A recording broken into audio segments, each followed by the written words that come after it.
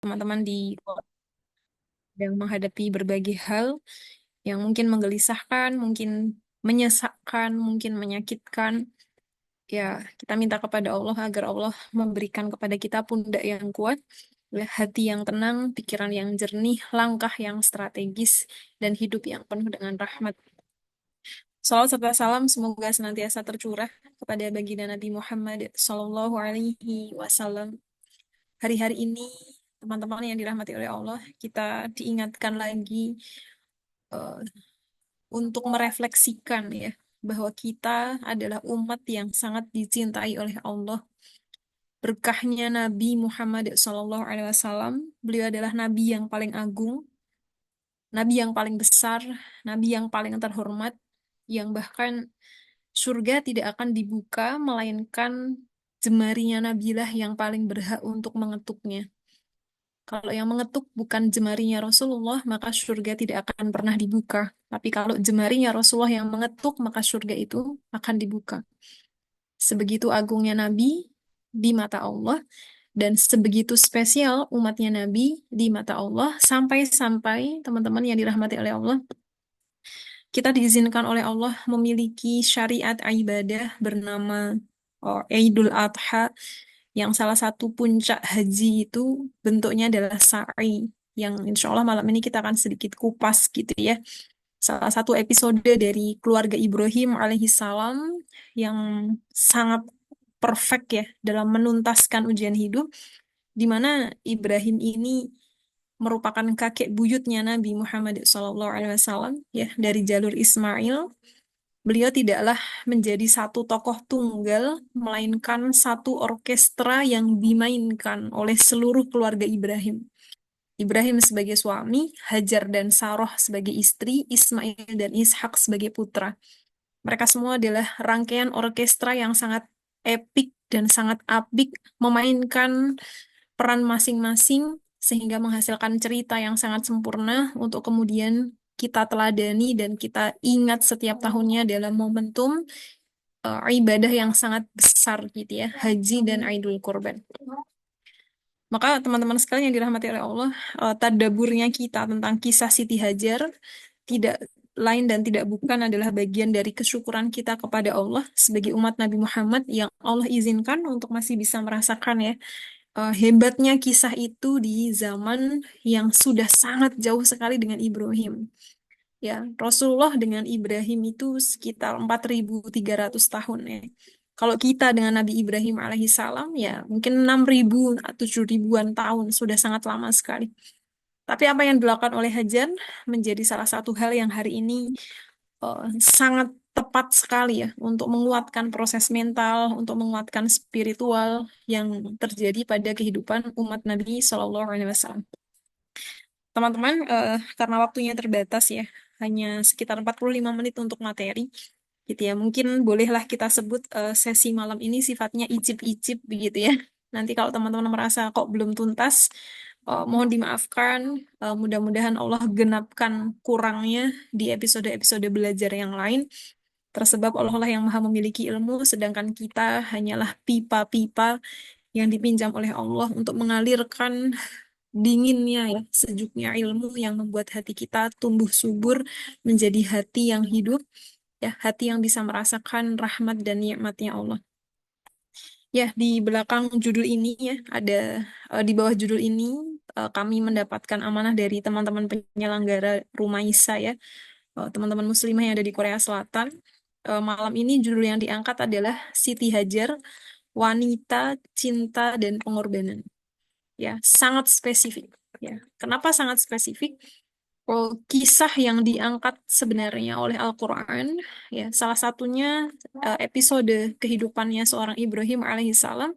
Salah satu ceritanya ya, teman-teman sekalian yang dirahmati oleh Allah, dimulai dari surah Ali Imran, ya, ayatnya yang ke-33. Nah, ini penyebutan secara globalnya ada di sini.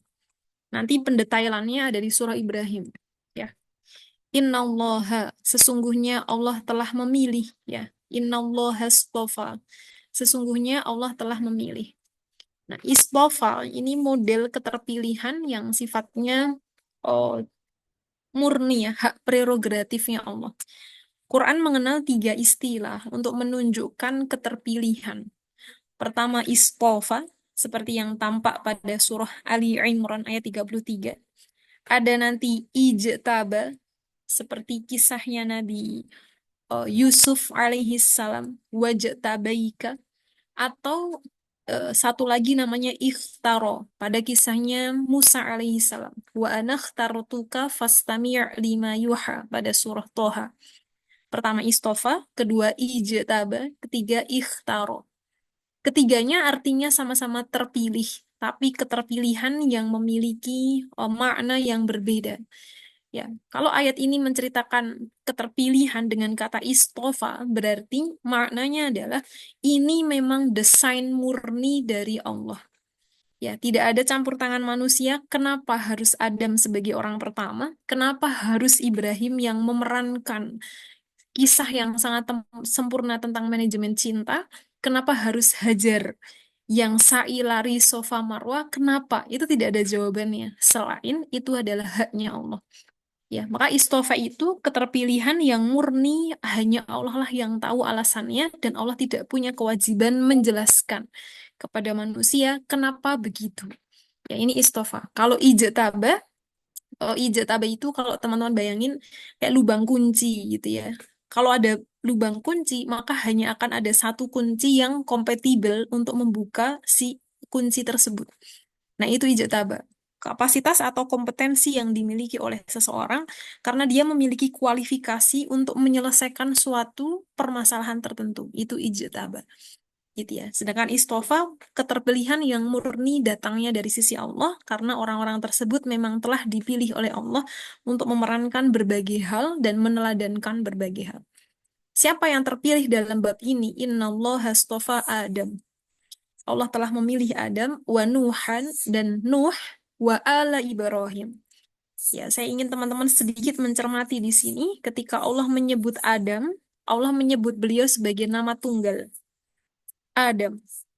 Ketika Allah menyebut Nuh, Allah hanya menyebut Nuh sebagai nama tunggal. Tapi ketika Allah menyebut nama Ibrahim, Allah mengawalinya dengan kata ala. Ala ini maknanya adalah keluarga. Ya. Dan kata Allah tidak ada pada awalan kata Adam, juga tidak ada awalan pada kata Nuh. Ini menunjukkan Allah ingin memberikan highlight tidak hanya pada sosok Ibrahimnya, tapi sepaket sekeluarganya. Allah telah memilih Adam, telah memilih Nuh, dan telah memilih Ibrahim sekeluarga atau sekeluarga Ibrahim. Ya, berarti ini mengisyaratkan ya Ibrahim itu tidak hanya hebat mengkonsolidasikan dirinya sebagai seorang leader, tapi beliau sangat hebat mengkonsolidasikan istrinya dan anak-anaknya menjadi role model yang sangat sempurna gitu ya untuk ujian-ujian yang Allah berikan. Dan salah satu ujian yang sangat berat sekali adalah gitu ya ujian mengorbankan apa yang paling dicintai. Nah, itu keluarga Nabi Ibrahim. Ya, demi ketaatan kepada Allah, gitu ya, demi menunjukkan bahwa manajemen cinta terbaik itu harus meletakkan Allah di atas apapun, maka Allah memilih keluarga Ibrahim untuk mencontohkan itu. Ya, dimulai dari meninggalkan Hajar, dimulai terus dilanjutkan kemudian menyembelih Ismail, itu kan semua pengorbanan cinta. Dan itu bukan sesuatu hal yang remehan ciki gitu ya, atau rengginang lebaran. Kalau Idul Adha nggak ada rengginang gitu ya. Bukan hanya tentang hal-hal yang sederhana, tapi itu hal-hal yang sangat vital dalam kehidupan manusia. Rasa memiliki, rasa cinta, rasa bagaimana kita melekat dengan objek-objek yang sangat kita cintai, dan tepat di jantung rasa cinta itu, Allah menguji Nabi Ibrahim alaihissalam beserta keluarganya.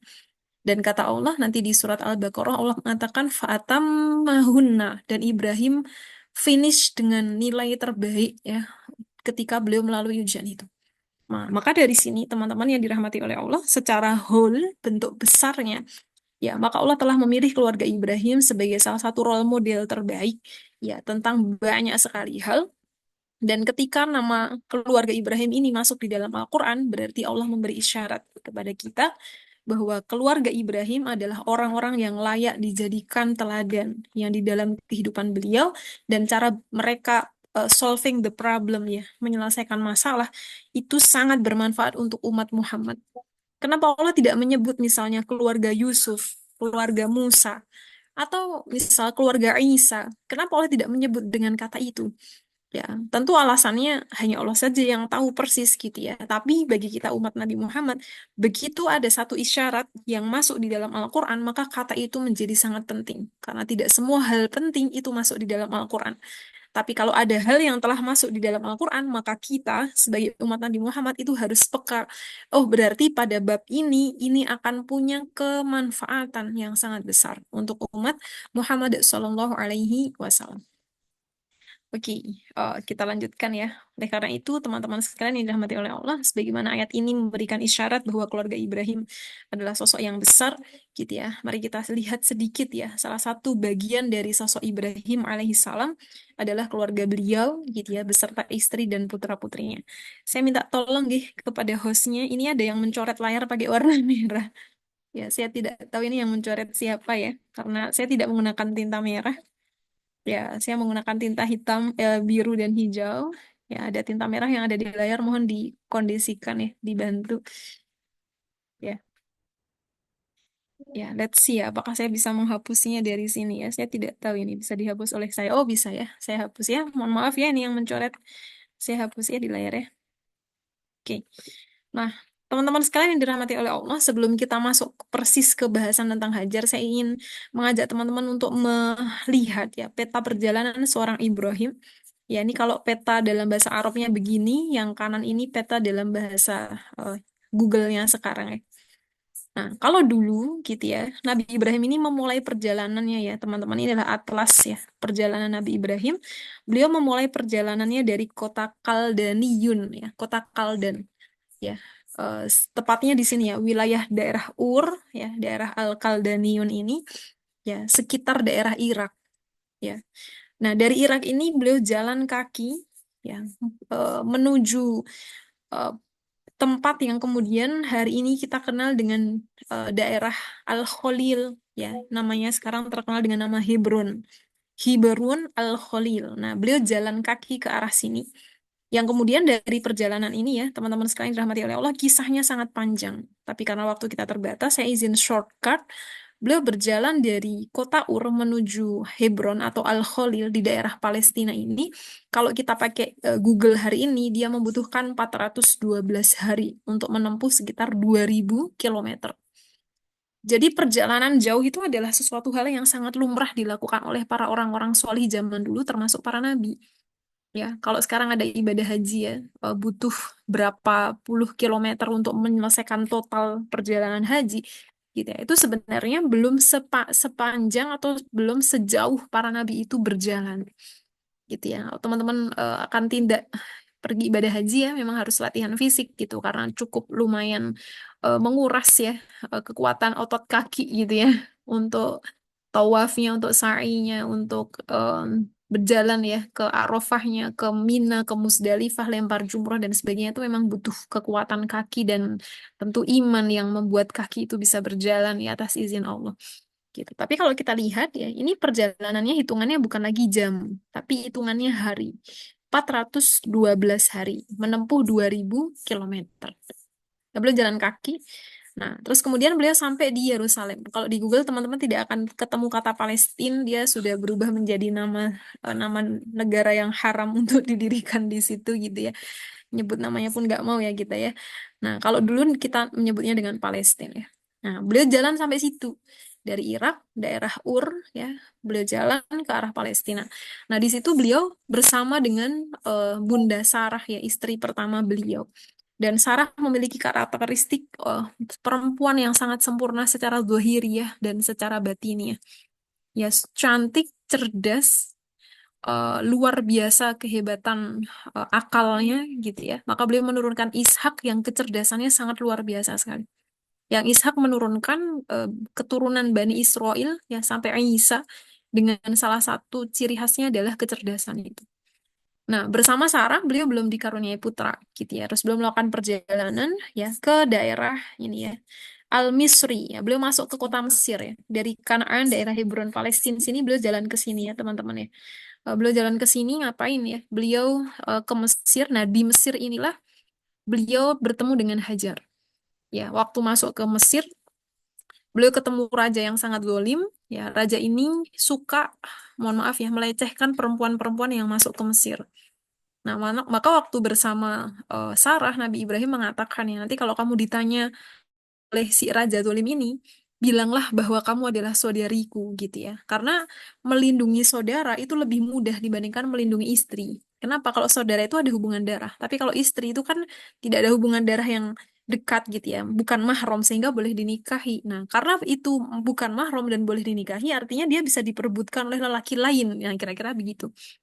Maka ketika Sarah masuk ke daerah Mesir bersama Ibrahim dan beneran ditanya oleh si Raja Dolim ini, kamu siapa? Maka Sarah menjawab, saya adalah saudarinya Ibrahim. Gitu. Saudari dalam makna iman. Nah, aslinya begitu ya, bukan saudari sebagai kakak dan adik, tapi saudari dalam makna iman. Karena keterhubungan kita dengan seluruh Muslim itu memang saudara gitu ya, saudara dalam keimanan. Tapi tetap saja si Raja Dolim ini kemudian meminta Sarah untuk masuk ke dalam sebuah ruangan berdua dengan si Raja Dolim ini. Sebagaimana teman-teman tahu kisahnya, ketika si Raja Dolim ini mendekat ke Sarah, maka si Raja Dolim ini tiba-tiba kena serangan stroke gitu ya. Dia lumpuh gitu ya. Sebagian badannya lumpuh. Kemudian dia bingung gitu ya, kok saya jadi nggak bisa bergerak gitu. Kemudian dia minta kepada Sarah untuk apa berdoa, doalah, doakan saya kepada Tuhanmu gitu ya, maka saya akan membebaskanmu dari sini. Maka Sarah berdoa gitu ya. Eh, Akhirnya raja ini kembali sehat lagi ya, dia bisa bergerak. Tapi ternyata dia cuma tipu-tipu gitu ya. Dia mendekati Sarah lagi, lumpuh lagi gitu ya. Akhirnya sampai beberapa kali. Sampai si raja ini ketakutan, saya ini sedang berhadapan dengan siapa? Tiap kali saya mau mendekat kepada perempuan ini, tanda kutip ya, untuk dilecehkan secara seksual gitu ya. Kenapa saya tidak bisa bergerak ya? Bahkan hampir seluruh tubuhnya mengalami kelumpuhan gitu. Akhirnya si raja ini bilang gitu ya, keluarkan perempuan ini dari ruangan ini gitu ya, dan saya tidak mau berurusan dengan dia. Akhirnya si raja ini didoakan untuk kemudian bisa bergerak kembali, terus mereka keluar dari ruangan. Nah, dari sana kemudian malah terjadi dialog yang sangat eh, apa istilahnya ya, dalam gitu ya, antara Ibrahim dengan si raja ini gitu ya, nanya-nanya gitu ya, kamu ini sebenarnya siapa, kok saya begini dan seterusnya. Akhirnya malah terjadi eh, diskusi yang panjang dengan Ibrahim alaihissalam. Nah, si raja ini karena respect ya dengan Nabi Ibrahim dan Sarah, akhirnya ngasih hadiah. Nah, hadiahnya ini wujudnya orang gitu ya. Siapakah yang dihadiahkan kepada Ibrahim? Bunda Hajar. Berarti Hajar ini budak. Dalam posisi itu, gitu ya, beliau budak si Raja Dolim. Tapi aslinya Hajar itu adalah putra raja, putri raja ya. Beliau seorang princess gitu ya, dari seorang raja yang kalah perang. Nah, di Mesir itu terbiasa ada perang antara Raja Hulu dengan Raja Hilir gitu ya. Kira-kira modelnya begitulah ya gampangannya. Nah, ayahnya Hajar itu kalah perang. Nah, beliau juga seorang raja, maka Hajar pun juga seorang putri raja. Gitu. Nah, kalah perang plus ditawan. Siapa yang ditawan? Putri raja ini. Siapa namanya? Hajar. Nah, Hajar inilah yang dihadiahkan kepada Ibrahim alaihissalam. Nah, kemudian gitu ya, teman-teman sekalian dirahmati oleh Allah, singkat cerita Hajar dibawa pulang. Kemana dia? Bukan ke kota Irak. Beliau kembali ke pangkalan kedua di Hebron Al-Khalil di Palestina ini. Nah, disinilah kisah itu dimulai. Nah, teman-teman tahu ceritanya ya, akhirnya Sarah meminta Ibrahim untuk menikahi Hajar. Karena sampai usia sepuhnya, Sarah belum punya putra bersama Nabi Ibrahim. Giliran akhirnya Ibrahim menikah dengan Sarah, dengan Hajar, Hajar hamil. Terbit kecemburuan Sarah, gitu ya, terbit kecemburuannya Sarah. Nah, kenapa? Karena Sarah ini adalah seorang perempuan seperti kita pada umumnya yang secara psikologis memiliki gejala-gejala emosi. Nah, yang menarik adalah teman-teman yang dirahmati oleh Allah, kadangkala kita membayangkan ya para nabi dan keluarganya itu kayak orang suci yang nggak pernah merasakan emosi manusia. Nah, itu keliru. Nabi Shallallahu Alaihi Wasallam pun pernah merasa sedih sampai ada yang namanya Amul Huzni ya, tahun kesedihan. Ya, bagaimana kesedihan itu amat sangat dalam sampai para ulama menyebutnya ini tahun sedihnya Nabi ya, sampai ada namanya. Saking dalamnya kesedihan itu, artinya Nabi pun mengalami guncangan-guncangan sedih yang kesedihannya itu sangat mendalam. Nah, tapi kisah itu tidak hanya berhenti pada apa emosinya. Ditunjukkanlah bagaimana pengelolaan manajemen emosinya. Ya, ketika Nabi sangat sedih sekali gitu ya, maka salah satu cara menghibur beliau adalah dengan meet up lewat peristiwa Isra Mi'raj, ketemu langsung sama Allah. Ternyata ya, hati itu bisa mengalami guncangan dan guncangan itu stabilitasnya adalah ala bidzikrillahi tatma'innul qulub. Ingat sama Allah lagi. Nah, itu contoh ya, bagaimana para nabi itu juga mengalami guncangan emosional. Tapi tidak hanya berhenti pada cerita itu, dilanjutkan dengan follow up manajemennya gimana. Nah, contohnya begitu. Nah, Ibrahim bersama Sarah juga sama. Ketika Sarah mulai dibakar cemburu gitu ya, bahkan ada kalimat ya, kalau saya ketemu Hajar akan saya cabik-cabik gitu ya. Apakah Nabi Ibrahim marah? Tidak gitu ya. Karena beliau tahu persis kalimat itu tidak muncul dari suatu keinginan menjadi seorang psikopat misalkan gitu ya. Tapi itu adalah suatu api cemburu yang terbakar dalam jiwa seorang perempuan. Ya, maka salah satu solusinya adalah Nabi Ibrahim alaihissalam mendapatkan perintah dari Allah untuk membawa Hajar gitu ya beserta bayi kecil yang barusan lahir dan masih merah bernama Ismail alaihissalam gitu ya dibawa kemana? Ya, dibawa ke nah ini gitu ya. Maka Nabi Ibrahim melakukan perjalanan kembali ke Jaziratul Arab gitu ya. Jalan tuh ke sini ya teman-teman sekalian yang dirahmati oleh Allah gitu ya ke daerah Jaziratul Arab. Nah, disinilah cerita itu dimulai bagaimana Hajar yang beliau adalah istri kedua, beliau punya putra, putranya masih bayi barusan lahir gitu ya. Kemudian dibawa ke Jaziratul Arab ke daerah yang tandus, tidak ada tanaman, gitu ya, teman-teman sekalian dirahmati oleh Allah. Dan sebenarnya perjalanan itu tidak mulai di Jazirah Arabnya. Perjalanan itu dimulai dari jalan kaki, dimulai dari daerah Hebron Al-Khalil ini, terus jalan kaki ke Arab ini sendiri. Itu jalan kaki. Ya, teman-teman paling jauh diajak jalan kaki pergi kemana? Berapa waktu gitu ya. Maka Hajar itu tidak berkorban ketika bersama Ismail di lembah kosong itu bukan. Pengorbanan itu sudah dimulai saat menjadi istri Ibrahim itu sendiri. Sebagai istri kedua, dicemburui istri pertama gitu ya. Terus Nabi Ibrahim alaihissalam mendapat wahyu untuk mengajak Hajar berhijrah gitu ya. Dan dimulailah perjalanan panjang itu. Sambil gendong Ismail yang masih bayi. Teman-teman bayangin ya, zaman itu nggak ada yang namanya diapers. Popok sekali pakai juga nggak ada gitu ya. Klodi juga nggak ada. Terus kalau Ismail pipis, teman-teman bayangin ya, Hajar harus gimana gitu. Ganti bajunya gimana, cuci bajunya gimana, kalau Ismail pup bersihinnya gimana. Ya kalau kita mikirin sekarang itu rempong sekali gitu ya. Pergi aja kita udah bawa berapa diapers untuk anak kita yang masih bayi. Bawa satu bag sendiri itu isinya perlengkapan dia latih subasa, misalnya sabun, atau apa gitu ya. Zaman itu teman-teman yang dirahmati oleh Allah itu semua nggak ada gitu. Tapi apakah itu menghalangi Hajar untuk berhijrah dari Al-Khalil gitu ya, dari Hebron Palestina kepada Jazirah Arab? Tidak gitu ya. Pokoknya kalau itu sudah perintah Allah jalan. Perintilan kecil-kecil itu tidak menghalangi perjalanan mereka. Nah, maka belajar dari kisah Hajar dan Ibrahim, tentu saja Ismail, kita akan belajar bahwa kalau hati itu sudah melihat ini ketaatan kepada Allah, segala hal sisanya itu ngikut di belakang. Ya, maka kalau kemudian hari ini gitu ya, kita lagi pergi jauh gitu ya, wah jauh he, sholatnya gimana gitu ya. Ntar lah sholatnya gampang gitu ya. Orang kalau sudah menempatkan Allah di prioritas hatinya, kalau sudah menempatkan Allah itu sebagai raja di dalam jiwanya, sisanya tuh ngikut gitu. Kita mau pergi gitu ya, mau pergi jalan gitu. Terus gimana? Ya sholatnya diatur. Gimana caranya sholat tetap ditegakkan, sisanya ngikut di belakang. Jadi bukan sholatnya yang ngikut, tapi sholatlah yang menjadi patokan utamanya gitu ya. Nah itu cuma contohnya begitu. Nah, maka berjalanlah Hajar sambil menggendong bayi yang masih sangat bayi tanpa stroller, ya, tanpa tiket kereta, tiket pesawat, tiket bus dan sebagainya, jalan kaki. Kalau teman-teman pernah pergi umroh atau pergi haji, yang bisa kita lihat sekarang ini sisa-sisa apa ya? Perjalanan masa lalu ya. Sekarang dengan kemodernan ya. Bagaimana Saudi Arabia dengan segala modernitas yang mereka miliki sudah menyediakan banyak sekali fasilitas yang menyamankan yang ziarah ke sana itu sekarang. Kalau dulu ya isinya cuma padang pasir ya. Teman-teman masih bisa lihat ya di sana batu-batunya masih kelihatan ya. Batunya modelnya batu hitam. Ya keras ya, nggak kayak di Indonesia. Kalau teman-teman masih punya kenangan tinggal di Indonesia ya. Batunya ditumbuhi tanaman tuh masih ada seger-segernya gitu ya. Kalau di sana kan nggak ada gitu ya. Tanaman itu sesuatu yang sangat langka. Walaupun di beberapa daerah ada ya, seperti Madinah dan sebagainya. Ya benar-benar sangat tandus dengan perjuangan yang luar biasa gitu ya.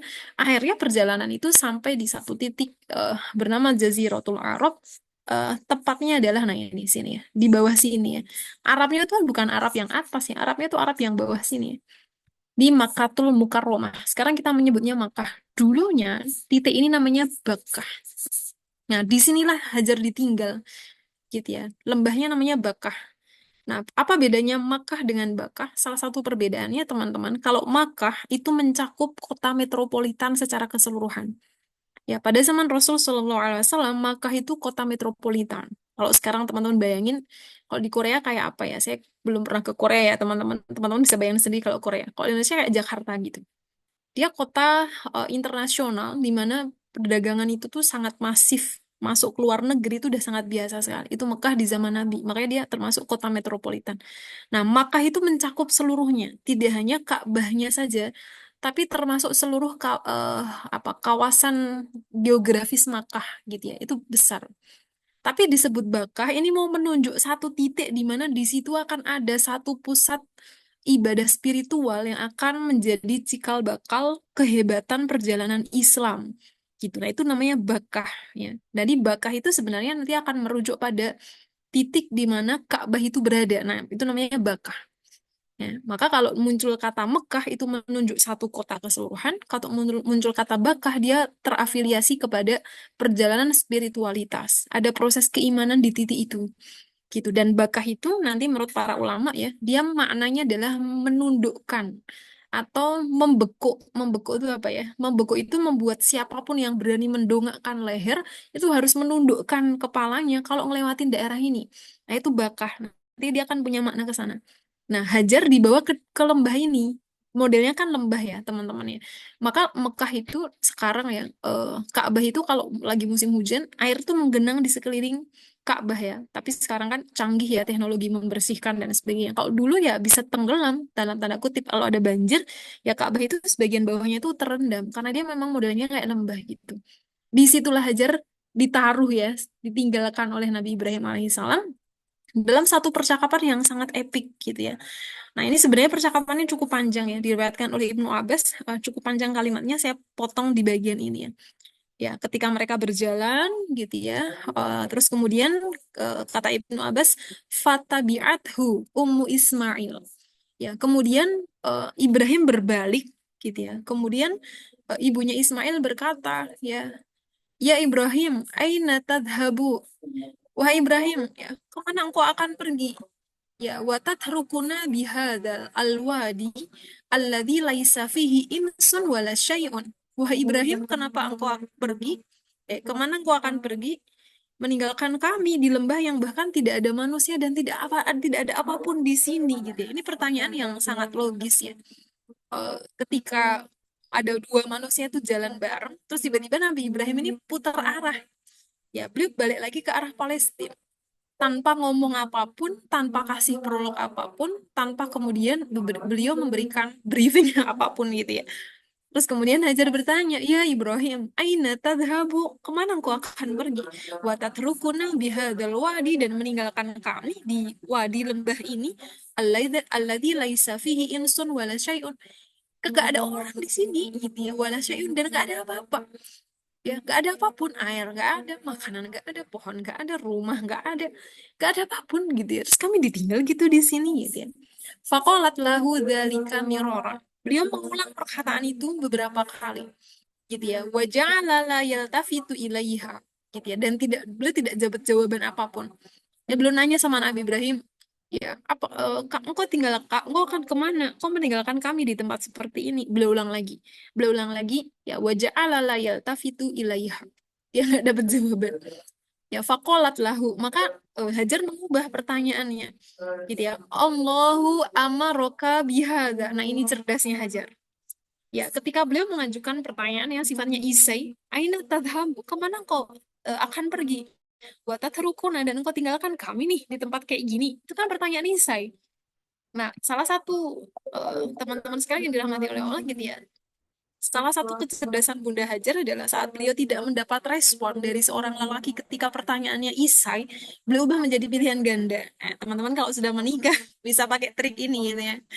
Susah kali gitu ya dapat jawaban dari para lelaki ketika pertanyaannya isai. Gimana ya Bi kita nyekolahin anak? Diem aja beliau gitu ya. Ya udah gimana Bi kalau gini atau gini? Nah, itu ada pilihan gandanya. Itu lebih mudah. Maka Hajar pun mengubah kalimatnya menjadi pilihan ganda gitu ya. Allahu amaruka bihada. Nah, beliau menyebut kata Allah di awal ya. Allahkah yang memerintahkan untuk melakukan ini ya Ibrahim? Qala na'am. Nah, ini baru bisa dijawab sama Nabi Ibrahim. Ya, ya gitu ya. Qolat, nah ini ya teman-teman. Ini adalah cikal bakal yang melahirkan ketangguhan seorang hajar. Idzan la yudayyana. Saya izin jeda nih, ini azan Isya ya di sini. Saya izin jeda sebentar ya.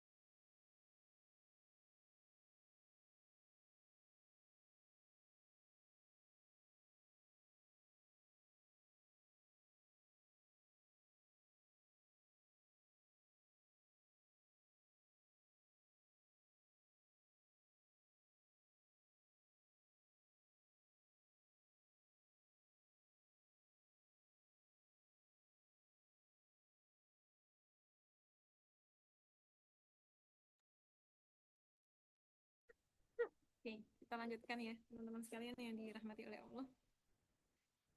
Ya. Ini adalah, saya izin off cam sebentar ya. Ini dek bayinya bangun ya, sambil kami izin minumin dek bayinya. Ya, ini adalah jawaban Hajar ya. Idzan la yudayyuna.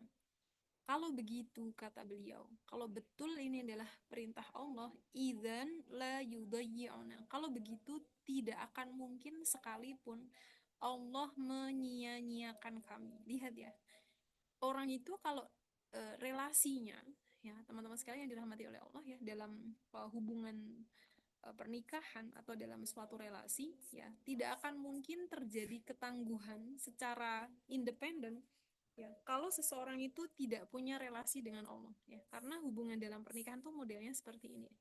Ustazah, apa Ustazah, suaranya kecil banget di saya. Kayaknya Mbak-mbak juga mengalami. Kalau sekarang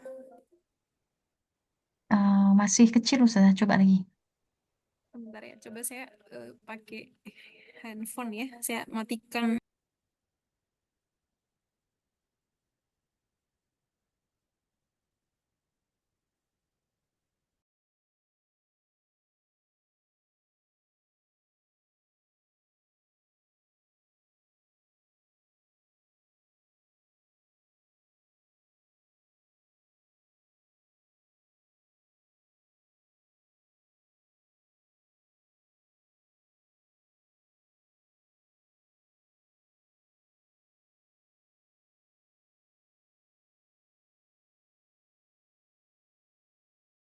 Kalau sekarang seperti apa?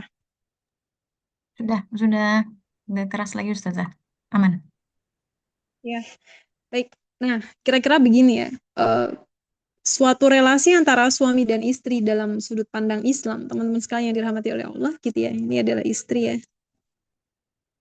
Eh, Kalau hubungan ini tidak dilandasi oleh Allah, biasanya akan menghasilkan yang namanya insecure attachment ya. Insecure attachment itu hubungan yang keduanya tidak saling memberikan rasa aman, atau kalaupun ada rasa aman, mereka memiliki ketakutan berpisah yang terlalu besar. Ya, mereka memiliki ketakutan yang berpisah terlalu besar. Ya, sehingga hubungan itu menjadi tidak sehat. Oke. Kenapa? Karena hadirnya suami atau hadirnya istri itu melebihi hadirnya Allah. Nah, ini yang jadi problem di sini. Ya, ada kondisi beberapa hal ya. Misalnya kami ketemu klien-klien di kantor gitu ya dalam problem suami istri misalnya begitu ya. Ada yang LDM, ada yang diselingkuhin, ada yang naudzubillah min dzalik macam-macam begitu ya situasinya. Tapi salah satu hal yang kemudian menarik untuk diambil garis merahnya adalah teman-teman sekalian yang dirahmati oleh Allah. Kalau suami dan istri itu tidak menjadikan Allah sebagai pengikat yang paling utama, maka dependensi itu menjadi sangat kuat sekali. Ya, sehingga ketergantungan istri ke suami itu sangat besar. Atau ketergantungan istri ke suami itu sangat besar. Ketergantungan yang dimaksud bukan hanya sekedar misalkan ketergantungan finansial ya. Misalnya suaminya kena PHK terus istrinya nggak dapat nafkah yang cukup. Not only that, bukan hanya tentang itu. Tapi lebih kompleks lagi tentang perjalanan jiwa seseorang dalam hubungan pernikahan ini. Gitu. Misalnya ini cuma contoh gitu ya. Suaminya melakukan sesuatu hal yang kurang berkenan di istrinya. Tapi bagi istri, suami itu udah segala-galanya. Sehingga ketika suami melakukan sesuatu hal yang tidak berkenan, itu sangat menyakiti istrinya. Misalnya begitu. Atau dibalik gitu ya. Kalau istrinya tidak menyuguhkan makanan atau rumahnya kurang bersih, itu kayak bikin suami itu marah-marah. Itu bisa seperti itu. Ya. Maka relasi-relasi yang seperti ini perlu dilihat kembali gitu ya. Apakah di dalamnya ada dependensi, ketergantungan yang sangat kuat, tapi bukan dependensi yang sehat. Ya, karena memang suami istri itu memang harus saling membutuhkan, itu betul gitu. Tapi kalau tercipta dependensi atau ketergantungan yang tidak sehat, disitulah yang akan menjadi masalah. Nah, teman-teman bayangin ya, kalau Hajar itu punya dependensi dan insecure attachment, hubungan yang tidak sehat, hubungan yang tidak aman antara Hajar dengan Ibrahim, itu dialog bunyinya nggak akan begitu. Ya, beliau tidak akan mungkin berkorban sehebat itu. Kata beliau, "Idzan kalau begitu la yudayyi'una, tidak mungkin Allah akan meninggalkan kami." Lihatlah, yang dititik tekankan oleh Hajar itu bukan tentang Ibrahim yang apakah kamu akan mengunjungi kami lagi gitu ya. Apakah kamu akan mengirimi kami rizki? Apakah kamu akan mengirimkan nafkah? Apakah kamu akan visit ke sini setiap apa every year, every month atau piye gitu ya? Apakah kamu akan melakukan itu gitu ya? Maka yang dipikirkan oleh Hajar, kalau ini adalah perintah Allah, udah back to Allah lagi aja. Maka Allah nggak akan pernah menyia-nyiakan kami. Ketergantungannya Hajar itu sangat besar sekali, tapi kepada Allah. Ya, meskipun beliau tidak pernah tahu ya, apakah Ibrahim akan visit lagi, apakah Ibrahim akan kembali ke tempat ini untuk menengok saya, apakah kemudian Ibrahim akan peduli lagi dengan saya. Itu sudah menjadi emosi-emosi yang berada di bawah suatu keyakinan. Kalau Allah yang memerintahkan, sisanya beres gitu. Itu keyakinannya besar sekali. Maka salah satu kunci ya, kenapa Hajar itu memiliki ketangguhan yang luar biasa dalam proses hijrahnya ke Mekah, ke lembah Bakah yang kosong nggak ada apa-apa itu, dan bagaimana beliau mengawal pertumbuhan Ismail yang bahkan tidak pernah punya benci dan dendam kepada bapaknya, meskipun ditinggal tempat kosong nggak pakai apa-apa kayak gitu. Kenapa bisa setegar itu? Kenapa pengorbanannya bisa segede itu? Itu bukan hanya tentang beliau menghormati Ibrahim sebagai suaminya atau beliau mencintai Ismail sebagai putranya. Not only that, itu kalau nggak ada iman di situ, nggak bisa berkorban segede gitu. Gitu. Dan kemudian pengorbanan ini tidak menunggu rasa berbalas dari Ibrahim. Makasih ya, kamu istri yang baik banget. Beliau nggak haus validasi untuk kemudian secara auditori ya, teman-teman, mendengar kalimat-kalimat untayan-untayan yang itu menenangkan hati istri gitu. Itu beliau nggak nunggu kalimat itu. Yang orang hari ini banyak problem psikologis tuh salah satunya love language gitu ya. Itu lewat auditori. Ya kami pernah membersamai suatu pernikahan yang hampir itu udah mau cerai ya. Beliau datang ke kami dalam posisi make sure bahwa Ustazah, kami datang untuk memastikan bahwa langkah kami bercerai itu udah benar gitu ya. Nah, singkat cerita, benang merahnya itu adalah kegagalan memahami salah satu faktor ya. Faktornya tentu saja nggak cuma itu. Ya, biasanya perceraian itu modelnya multifaktorial gitu ya. Faktornya nggak tunggal. Nah, salah satu faktornya adalah kegagalan memahami love language.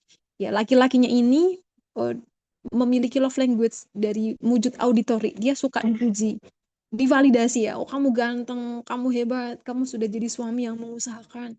Kamu udah jadi suami yang apa-apa-apa dan seterusnya gitu ya. Sedangkan perempuannya itu lahir dari keluarga yang sudah sangat hangat.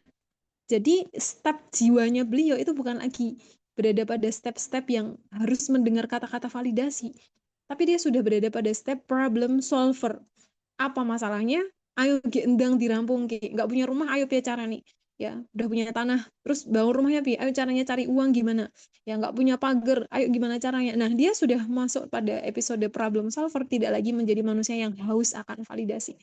Mereka menikah, ya dalam perjalanannya yang perempuan merasa sudah jor-joran berkorban, laki-lakinya ngerasa istri saya itu nggak ngapa-ngapain. Gitu. Ini agak miss di situ gitu ya.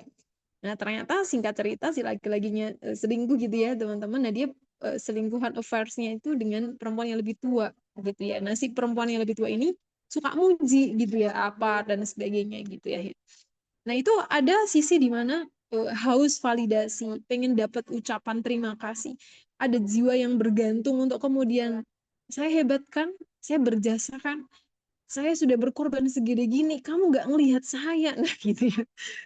Secara emosional, saya kalau kita lihat dari Western psychology itu nyata banget perasaan kayak gitu. Terus ada apakah kita nggak boleh punya? Boleh punya punya perasaan seperti itu boleh gitu. Tapi kemudian ketika perasaan itu dipertemukan dengan manajemennya, kalau saya punya perasaan harus divalidasi, terus manajemen gimana? Ya paling cepet sambut dengan kebutuhannya misalnya ya contohnya ya saya harus dipuji ya udah puji aja selesai tapi itu tidak menyelesaikan akarnya itu hanya seperti orang yang saya haus terus minum gitu doang tapi nggak pernah diketahui hausmu tuh kenapa apakah karena ada indikasi diabetes apakah kamu kelelahan atau apa nah itu nggak menyelesaikan akarnya hanya melepaskan dahaganya saja nah shortcutnya begitu tapi itu nggak sampai ke akar ya maka kalau ada orang-orang yang harus validasi dalam Islamic psychology kita nggak hanya menyuguhkan treatment ya udah Pak kalau istrimu tuh pengen dipuji pujilah gitu ya apa susahnya mengembalikan istri itu menjadi shortcut iya tapi kita harus cari akarnya kenapa seorang istri sangat haus validasi gitu ya oh ternyata dia dibesarkan di keluarga yang penuh kritik oh dia dibesarkan dengan keluarga yang trouble secara attachment ya dia dibesarkan dengan keadaan di mana otoriter itu menjadi salah satu pola yang sangat dominan misalkan begitu sehingga dia nggak pernah tuh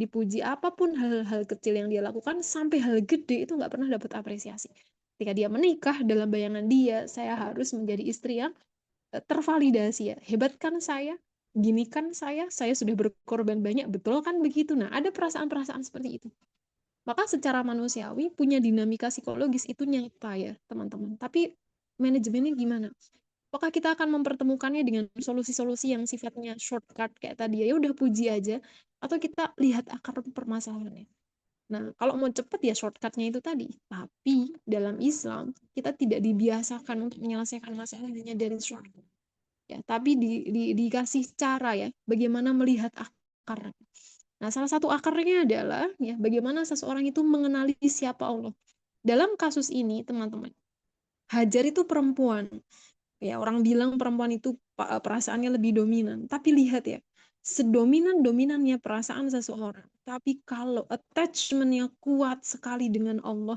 beliau kenal betul Allah itu siapa Allah Asy-Syakur Allah yang maha mengapresiasi yang kecil maupun yang besar Allah Ar-Rahman yang maha menyayangi siapapun yang akan Allah sayangi Allah Ar-Rahim Allah yang maha mencintai Allah As-Salam Allah yang maha menyelamatkan Allah Al-Muhaimin yang maha memelihara terus begitu.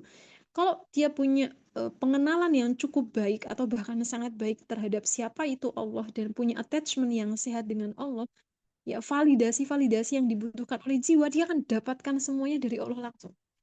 Ya. Dan kabar gembiranya sebagai umat Nabi Muhammad ya, Quran itu penuh dengan bahasa-bahasa yang menghangatkan hati yang penuh dengan emosi-emosi yang bergejolak tadi saya kok nggak disayang ya sama keluarga saya kok penuh luka trauma dan sebagainya Quran punya nggak solusinya punya pengen dipeluk sama Allah ada ayatnya gitu ya ada orang-orang putus asa udah sampai mau bunuh diri ada nggak ayat yang bisa memeluk jiwa-jiwa yang mau putus asa banyak gitu ya kalau kita mau kenalan sama Allah gitu ya memperbaiki iman kepada Quran semuanya terjawab gitu walaupun tidak kemudian berarti nggak butuh nih gitu ya nggak butuh kita relasi dengan manusia bukan itu case-nya bukan di situ kita sedang menyelesaikan persoalan paling dasar tentang apa itu hubungan dengan Allah nah kisahnya Hajar teman-teman sekalian yang dirahmati Allah itu menunjukkan ya bahkan ketika seorang perempuan itu berada di titik nggak punya siapapun nggak ada suaminya, nggak ada ATM yang bisa digesek, nggak ada teman sharing circle, ngobrol, ngerumpi, gosip, ngafe,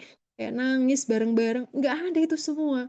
Ya bahkan beliau nggak punya rumah di situ, beliau nggak punya cadangan minuman yang banyak, itu nggak ada, itu semua nggak ada. Ya, Allah sedang ingin berbicara dengan kita ya. Lihatlah seorang perempuan yang ketika perasaan itu sangat menguasai jiwanya, tapi kemudian dia punya kesadaran iman yang sangat penuh, bahkan ketika semua fasilitas itu dihilangkan Dia nggak punya penopang-penopang itu nggak ada semuanya, satu pun tidak ada. Yang ada beliau sedang membawa bayi dan harus ngurus. Berarti kan yang ada dalam dirinya malah tanda kutip ya kewajiban membersamai si bayi. Tapi dia tidak kehilangan Allah. Dia punya Allah. Dia yakin sama Allah. Ya, saat semua hal itu tidak ada dari dirinya, sepanjang dia punya Allah, maka dia akan punya segala-galanya. Nah, that's the point. Ya, Allah sedang bicara kepada para perempuan gitu ya, di antara semua emosi yang kita miliki, bahkan di titik nadir ketika seseorang kehilangan semua hal, tapi dia masih bisa hidup waras, bahkan dia mencetak rekor sebagai ibu yang perilakunya diteladani sampai hari kiamat dalam wujud sa'i, itu namanya Hajar. Kenapa? Beliau punya attachment yang sangat kuat sekali kepada Allah. Salah satu kalimat yang direkam oleh para ulama sebagaimana yang tadi kita baca ya, idzan la yudayyi'una. Maka sekali-kali tidak mungkin Allah akan meninggalkan kami. Lihat ya. Ini bukan tentang bagaimana Ibrahim akan visit lagi, bagaimana Ibrahim akan mengirimkan nafkahnya, bagaimana Ibrahim akan membersamai lewat telepon yang waktu itu nggak ada chat WA, apalagi video call, apalagi itu nggak ada semuanya, semua fasilitas itu nggak ada. Tapi lihatlah kalimat yang sangat tegar yang menunjukkan bagaimana seorang Hajar ya memiliki ketangguhan iman yang sangat luar biasa. Idzan la yudayyi'una. Kalau begitu tidak mungkin Allah akan menyanyiakan kami sepanjang kita sedang menaati apa yang Allah perintahkan, semuanya akan baik-baik saja. Yang kemudian kata-kata ini teman-teman sekalian yang dirahmati Allah diabadikan oleh Imam Ibnu Athaillah ya dalam salah satu kalimat beliau gitu ya di munajat-munajat beliau, salah satunya kalau tidak salah direkam di kitab namanya eh apa saya kok agak lupa ya, Sirul Asror ya kalau nggak salah namanya itu ya. Nah, madza wajada man faqadaka wa ma alladhi faqada man wajadaka. Apa sih yang didapetin oleh orang yang kehilangan Allah? Meskipun dia memiliki seluruh dunia, seluruh fasilitas pendukung itu ada, suami ada, uang ada, anak-anak sehat, kuliah lancar, tinggal di luar negeri, tetangga-tetangga baik, tapi dia nggak punya Allah. Apa yang didapetin orang seperti ini? Kehampaan hati, meskipun dia punya semuanya, tapi hidupnya akan terasa hampa. Gitu ya. Kata Allah, "Wa man a'radu an dzikri fa inna lahu ma'isyatan donka." Itu ada di surat Toha. Siapapun yang berani berpaling dari Allah, lalu dia kehilangan Allah, kata Allah, maka aku jaminkan hidupnya mengalami ma'isyatan donka, hidup yang sangat sempit. Jiwanya mudah sesak, hatinya mudah gelisah, pikirannya mudah bingung, hidupnya hilang. Padahal dia punya semuanya. Ya. Dan apa yang hilang dari orang yang sudah mendapatkan Allah? Mungkin dia nggak punya dunia. Suaminya pergi meninggalkan dia. Ya, dia balik lagi kepada Sarah. Ditinggalkan berdua dengan Ismail. Nggak ada rumah. Ya, dikasih persediaan air dan kurma itu pun sedikit ya. Yang sesaat kemudian Ismail nangis teriak-teriak kehausan ya. Dan Hajar sudah tidak punya stok minuman dan stok makanan lain. Ya, apa itu ATM, apa itu HP, nggak ada semuanya gitu ya. Di titik nadir terendah yang beliau nggak ada apapun. Tapi beliau masih punya Allah gitu ya, maka beliau punya segala-galanya. Nah, dari situlah teman-teman sekalian yang dirahmati oleh Allah ya, kisah keajaiban itu dimulai. Dan kemudian kita tahu ya, ketika Ismail mulai menangis, beliau kehausan gitu ya, maka Hajar mulai berlari. Dia taruh Ismail ya, lalu beliau berlari seorang diri dari lembah Sofa gitu ya ke Marwah. Sofa Marwah, startnya dari Sofa ya, start ke Sofa lari ke Marwah dapat satu lari, dari Marwah ke Sofa lari lagi dapat dua. Karena di padang pasir itu sangat panas ya. Jadi ketika beliau melihat dari sofa ke arah Marwa, yang beliau lihat itu air. Ya, kalau Fata Morgana kan memang begitu ya. Ketika terlihat oleh beliau air, beliau lari ke sana. Sampai sana ternyata ada cuma batu doang gitu ya. Lembah sofa, bukit sofa itu bentuknya batu ya. Kalau teman-teman pernah umroh gitu ya, yang kita lihat sekarang antara sofa dan Marwa itu atap pucuknya lah ya. Kalau boleh dibilang itu pucuknya, pucuk bukit ya, sebagian badan bukit itu sudah dihilangkan untuk perluasan masjid gitu ya. Aslinya nggak segitu aja ya, tapi itu besar aslinya. Tapi kemudian beberapa bagian batu-batunya itu dihilangkan untuk memperluas masjid, dan sebagian badan si Bukit Sofa dan Marwah itu ketutupan bangunan. Kan Masjidil Haram tuh sangat luas sekali gitu ya, dan bangunannya besar-besar untuk menampung kebutuhan jamaah umroh dan haji yang sangat besar, sangat banyak dan sebagainya gitu ya. Nah, kalau teman-teman lari dari Sofa ke Marwah terus masih bisa lihat batunya itu bagian atas-atasnya aja. badan bukitnya itu ketutupan bangunan dan sebagiannya hilang ya, dipotong begitu ya untuk memperluas masjid. Tapi titiknya tuh masih sama, yang ibarat Google Map ya, di situlah titik dulu tuh Hajar tuh lari-lari gitu ya. Dan nanti kalau teman-teman lari di sofa, dari sofa ke Marwah itu kan ada di atasnya itu ada garis merah gitu ya, ada lampu ya. Kalau lampu merah itu kita kita sedang berjalan lalu kita ngelewatin lampu merah, kita disunahkan berlari kecil ya. Kalau sebelumnya jalan cepat, pas di lampu merah itu berlarilah gitu ya, berlarilah. Biasanya para ikhwan ya, bapak-bapak gitu ya, pada lari-lari di situ. Nanti kalau sudah melewati lampu merah dia jalan lagi, pas putar balik melewati lampu merah itu lari kecil lagi, nanti kalau sudah jalan lagi. Kenapa? Karena di lampu merah itu disitulah Hajar lari lebih kencang, terus beliau jalan lebih cepat lagi, balik lagi ke lampu, ke dekat lampu merah itu beliau jalan lebih cepat lagi gitu ya. Nah, para ulama mensinyalir di titik itulah Bunda Hajar lari lebih cepat, maka sama para ulama ya diberikan garis lampu merah itu sebagai penanda Hajar lari lebih kencang di situ gitu ya. Terus dari sofa ke Marwa ya, dari Marwa ke sofa begitu sampai 7 kali. Nah, apa yang beliau dapatkan dari situ, teman-teman sekalian yang dirahmati oleh Allah gitu ya, dari sa'i pada akhirnya kita belajar bahwa tugas manusia itu cuma ikhtiar, dan akad dari ikhtiar adalah ibadah, bukan semata mengejar hasil. Jadi yang dilakukan oleh Hajar ya ketika beliau lari dari sofa ke Marwah itu bukan cuma sekedar cari air, tapi beliau sedang menunjukkan kepada Allah, ya Allah, di saat tidak ada apapun lagi yang bisa aku usahakan, yang bisa aku usahakan adalah berlari ini. Aku mencoba mencari air dari sana ke sini. Ini adalah ikhtiarku. Dan ikhtiarku ini adalah ibadahku sebagai seorang ibu. Itu kata kuncinya, teman-teman. Jadi ikhtiarnya ini bukan hanya tentang aku sedang mencari air, bukan. Tapi lihatlah ya Allah, kalau aku adalah orang yang engkau perankan sebagai ibunya Ismail, dan aku punya kewajiban untuk ngopeni Ismail, maka aku sedang menunjukkan ibadahku sebagai ibu. Apa? Aku bertanggung jawab untuk memberikan dia suplai ASI yang cukup. Dengan cara apa? Saya harus cari air dulu. Ini adalah ibadahku sebagai ibu. Itu kata kuncinya. Dan beliau melakukannya karena Allah. Ya, melakukannya karena Allah. Ibadah itu kalau dilakukan hanya untuk mencari hasil, namanya nggak bisa disebut ibadah, teman-teman. Transaksional. Anaknya pengen pinter, sholat duha. Anaknya pengen apa? Kita pengen kaya, baca surat al-lagi ya. Transaksional aja gitu ya. Jadi ibadah itu kayak jadi alat tuker aja. Ya, kalau kita cuma pengen dapat dunia, ya kata Allah, ya udah dunia doang yang dapat, tapi urusan akhirat gak kagak ada gitu ya. Nah, padahal konteks ibadah itu tidak begitu. Apa yang menjadi tugas dan peran kita, dan apa ibadah yang muncul dari konsekuensi itu, lakukan karena Allah. Ya, kalau teman-teman adalah seorang istri gitu ya, masa itu bukan karena pengen ngenyangin suami, bukan. Masa itu bagian dari ini loh, ibadahnya seorang istri itu wujudnya masa, dan saya melakukan ini karena Allah. Kalau teman-teman punya anak gitu ya, nah ngerawat anak itu bukan semata ini kan anak saya, bukan semata tentang itu, tapi ini tentang Allah memberi saya amanah anak, dan Allah meminta saya untuk menyusuinya. Jadi saya menyusuinya ini bukan karena dia anak saya menyusuinya karena Allah yang minta. Itu ibadah gitu ya. Dan itulah yang dilakukan oleh Hajar.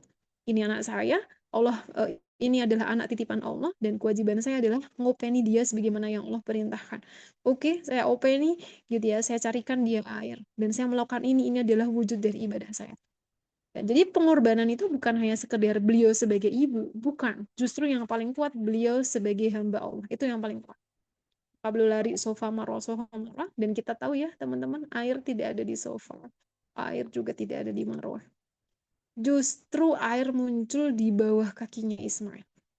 Disitulah kemudian kita belajar. Allah lah yang kuasa mendatangkan hasil. Karena sebagian hasil itu kadangkala sudah ada takdirnya. Ya, kalau belajar pasti pinter, itu namanya sunatullah. Biasanya sih gitu. Kalau nabung pasti kaya, nah itu sunatullah. Ada sebab, ada akibat. Tapi apakah selalu begitu? Jawabannya tidak. Ya, berapa banyak orang belajar akhirnya nilainya buruk? Berapa banyak orang yang nggak belajar nilainya baik? Berapa banyak orang nabung akhirnya bangkrut? Berapa banyak orang yang nggak nabung tapi hidupnya cukup? Kan gitu. Gitu sehingga sunatullah itu ya biarlah jadi sunatullah. Artinya kalau kita pengen pinter ya belajar. Kalau pengen apa ya mengusahakan, itu namanya sunatullah. Tapi kalau babnya adalah tentang hasil, Allah lah yang berkuasa mendatangkan hasil. Karena sebagian hasil itu sudah ada takdirnya. Ya, dan pada kisahnya Hajar, Allah sudah menakdirkan hasil itu tidak ada di sofa dan tidak ada di Marwa, adanya di bawah kaki Ismail. Hasil tidak selalu muncul dari tempat di mana ikhtiar dilakukan. Kadang ia muncul dari tempat yang tidak disangka-sangka. Dari mana itu kakinya Ismail? Kenapa dari kaki Ismail? Disitulah malaikat Jibril menggali-gali tanah. Yang dari tanah itu, gitu ya, menyembur ya air yang hari ini bahkan masih bisa kita minum. Namanya Zam-Zam. Ya, Zam-Zam. Yang waktu itu teman-teman yang dirahmati oleh Allah, aslinya Zam-Zam itu modelnya bukan sumur ya, aslinya dulu. Pertama kali digali oleh malaikat Jibril, Zam-Zam itu bukan sumur aja, tapi air yang mengalir. Ya, yang Nabi SAW mendoakan ya, semoga Allah merahmati Ummu Ismail, Hajar ya. Ya, dulu seandainya beliau tidak membendung Zam-Zam, maka Mekah itu akan punya sungai gitu. Tapi sama beliau ya secara psikologis ya beliau khawatir gitu ya. Nanti air ini kalau pergi kemana-mana kita jadi nggak punya air. Itu ada husnul, ada proses di mana beliau berprasangka kepada Allah gitu. Ini kalau airnya nggak dibendung nanti dia kemana-mana. Nah itu sebenarnya bagian dari ikhtiar ya. Tapi ternyata itu apa ya mengkhawatirkan rizki ya. Yang kemudian hari ini kita belajar ya kita tidak boleh mengkhawatirkan rizki karena Allah sudah menjamin ya ala kulihal kemudian jadilah sumur ya namanya Zam-Zam yang perharinya ditarik ribuan liter pun dia nggak akan pernah habis gitu ya maka dari situ kita belajar ya pengorbanannya seorang istri seorang ibu rupanya dia tidak lahir tentang cinta terhadap manusianya tapi lebih kuat lebih dominannya bagaimana beliau punya attachment yang sehat dengan Allah yang kemudian itu memimpin perjalanan hati beliau ya, di mana emosi itu hanya makmum di belakang imam bernama ketaatan. Adanillah wa iyyakum, sudah cukup ya ini sudah habis banget waktunya ya. Oke. Ya, saya kembali ke MC mohon maaf melebihi waktu. Ini harusnya sudah bersama tanya jawab ya. Mungkin satu pertanyaan ya, boleh silakan. Baik, jazakillah khairan Ustazah Faiza atas pemaparan materinya. Tadi ya Mbak-Mbak, kita sudah mendengarkan materi ya tentang bagaimana keluarga Ibrahim itu dipilih oleh Allah ya. Dan bagaimana keluarga Ibrahim itu sukses dalam menjalankan tugas, tanda kutip tugas ya, yang diberikan oleh Allah. Dan tadi ya beberapa poin penting ya mungkin yang bisa kita ambil ibrah dari materi hari ini adalah saat kita seorang perempuan ya di titik tidak memiliki siapapun ya, seorang pun suami, teman ataupun mungkin eh, support system yang memadai ya, terutama mbak-mbak yang jauh di Korea sana, tidak ada di Indonesia ya, tidak ada penopang, nggak ada teman cerita. Selama kita masih punya Allah ya, kita tidak kehilangan Allah, kita masih punya Allah di eh, manapun ya. Maka sepanjang kita memiliki Allah, kita memiliki segalanya. Dan sebaliknya, kalau kita tidak memiliki Allah, ya kita akan pasti mengalami kehampaan hati gitu. Meskipun kita memiliki segalanya apartemen, mobil listrik gitu ya, tapi hatinya tetap gelisah gitu Mbak. Baik Mbak, sebelum kita lanjutkan ke Q&A, sesuai dengan rundown yang sudah diberikan oleh, yang sudah diamanahkan oleh panitia, kita mau foto bersama dulu ya Mbak ya. Mohon kesediaannya untuk menyalakan video dan kita akan berfoto bersama Ustazah Faiza. Ustazah boleh di apa matikan dulu share screen-nya. Kita mau foto bersama-sama dulu. Baik, Mbak-mbak, Mbak-mbak panitia bisa dimatikan dulu apa namanya? Oh, udah ya. Spotlight-nya. Oh, spotlight-nya nggak ngaruh ya. Boleh, Mbak. Siapa yang mau ngambil? Mbak Ulan atau Mbak Anggun? Tafadoli? Sambil kita menunggu Mbak-mbak mempersiapkan diri di depan kamera, silakan. Udah siap, Bapak? Oke, saya yang hitung Mbak Ulan aja ya. Tafadholi Mbak. Boleh. Udah siap ya, Mbak. Satu, dua, tiga. Sekali lagi ya, Mbak. Satu, dua, tiga. Ya, sudah Mbak Ida. Baik, jazakillah khairan Mbak Ulan. Baik Mbak, ada yang mau bertanya langsung nih dengan Ustazah? Nah, ada Mbak Ari nih. Silakan Mbak Ari, kita buka dua pertanyaan mungkin ya Mbak.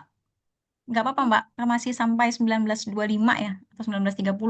19.30, 21.30. Silakan Mbak Ari, dipersilahkan waktu dan forumnya.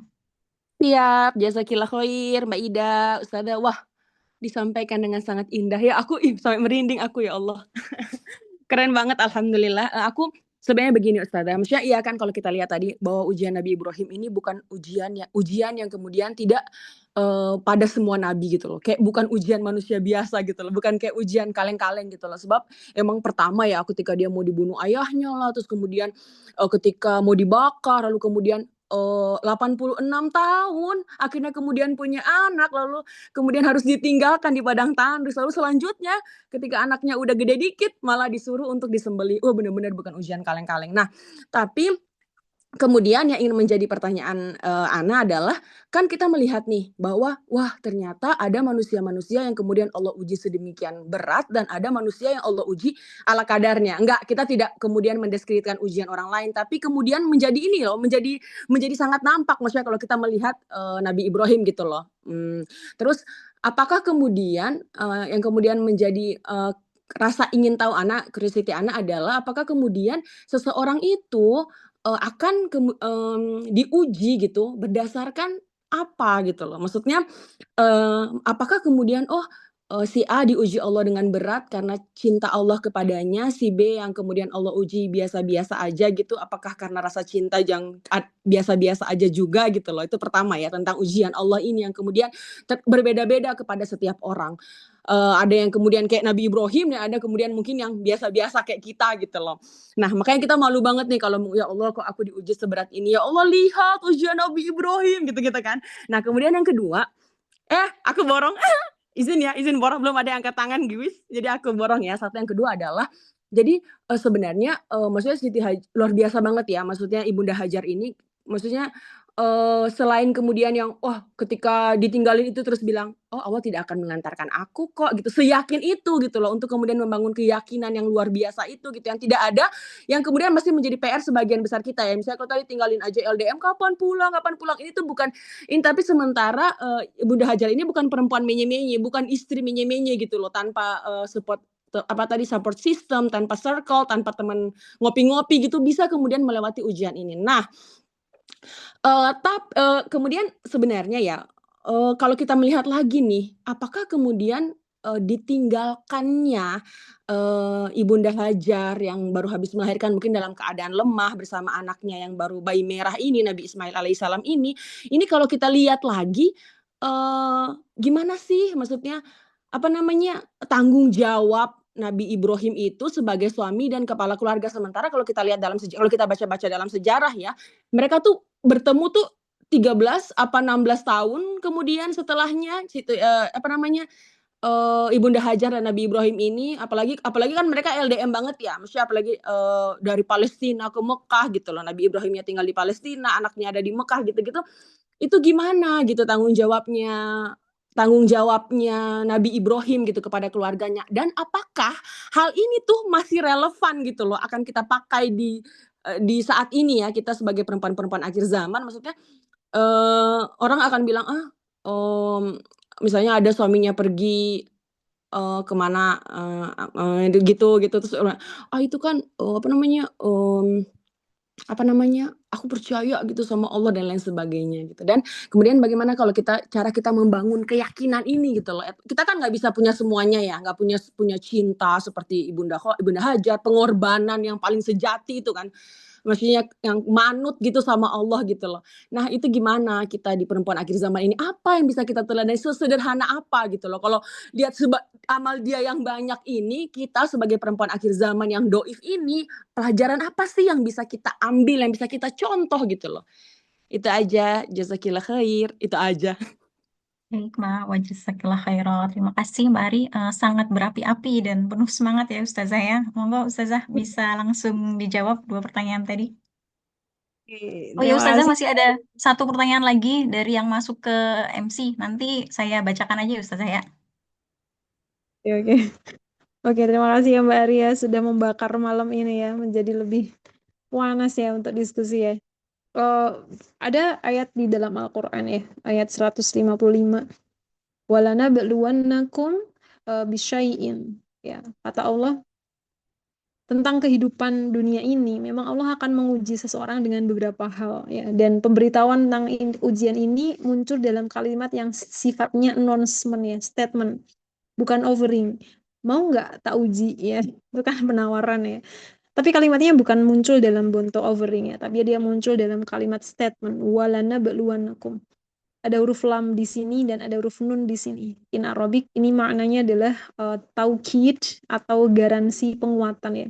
Satu aja itu sudah kuat banget garansinya, apalagi combo ya. Ada lam sama nun berkolaborasi mengapit kata naba'luwa. Yang maknanya adalah kami benar-benar menjamin kalian pasti diuji. Nah itu kira-kira terjemahannya itu full volume gitu ya. Volumenya tuh full untuk menunjukkan bahwa dunia ini tuh memang tempat kami akan menguji kalian gitu. Nah, kalau pertanyaannya nih, terus diujinya berdasarkan apa? Nah, kalau pertanyaannya diujinya berdasarkan apa? Ada orang-orang tertentu seperti para nabi, mereka memang dipilih oleh Allah dan pemilihannya sebagaimana tadi kita sebut ya, ada istofa, ada ikhtaro, ada ijtaba. Nah, ada orang-orang yang dipilih memang murni Allah yang memilih dan ya memang itu pilihannya Allah. Kayak misalkan kenapa harus Nabi Muhammad yang menjadi nabi yang paling besar? Nah, itu nggak ada jawaban untuk yang kemudian kita menuntut jawab kepada Allah tuh nggak bisa gitu. Karena itu memang hak prerogatifnya Allah, sebagaimana Allah menciptakan kenapa bumi kok harus seperti ini bentuknya. Nah, itu juga sama aja. Gitu ya, itu haknya Allah untuk menetapkan. Ya, haknya Allah untuk kemudian memberikan perjalanan takdir dalam kehidupan seseorang. Faqaddarahu taqdiro. Demikianlah Allah yang menakdirkan dengan ukuran-ukuran tertentu. Nah, dalam teori psikologinya nih, banyak tuh penjelasan-penjelasan bagaimana kemudian manusia mengalami self-acceptance ya. Oh, jadi kalau itu memang murni takdirnya Allah, berarti yang bisa kita lakukan hanya menjalani. That's right. Itu yang benar. Gitu. Karena Allah punya hak-hak untuk memilih ya, siapa yang Allah uji dengan ini, Allah uji dengan itu, dan seterusnya. Nah, pertama jawabannya itu. Kedua, yang perlu kita pahami dari mekanisme ujian adalah kata Allah gitu ya, wa rahmati wasi'at kulla syai'. Tenang aja, meskipun akan ada orang-orang yang diuji seperti Nabi Ibrahim ya, persis di jantung yang paling beliau cintai ya, putra yang paling beliau tunggu-tunggu harus disembelih. Nah, ada nabi yang diuji dengan kayak gitu. Ada nabi yang diuji dengan kekayaan yang sangat banyak, bahkan pasukannya dari kalangan jin. Ya tinggal beliau bilang aja tuh singgasana pindah, tinggal beliau perintahkan itu para jin nggak ada yang berani nolak perintahnya ya oleh Nabi Sulaiman alaihi salam. Yang setelah Nabi Sulaiman itu nggak ada orang sekaya beliau. Kalau teman-teman hari ini ngelihat ada orang sugihnya luar biasa ya, nggak akan ada tuh orang sugih zaman sekarang yang ngalahin kekayaannya Zakaria. Ya Zakaria, Sulaiman itu nggak akan ada. Yakin aja, emang gitu ayatnya gitu ya. Tidak akan pernah ada orang sekaya Sulaiman.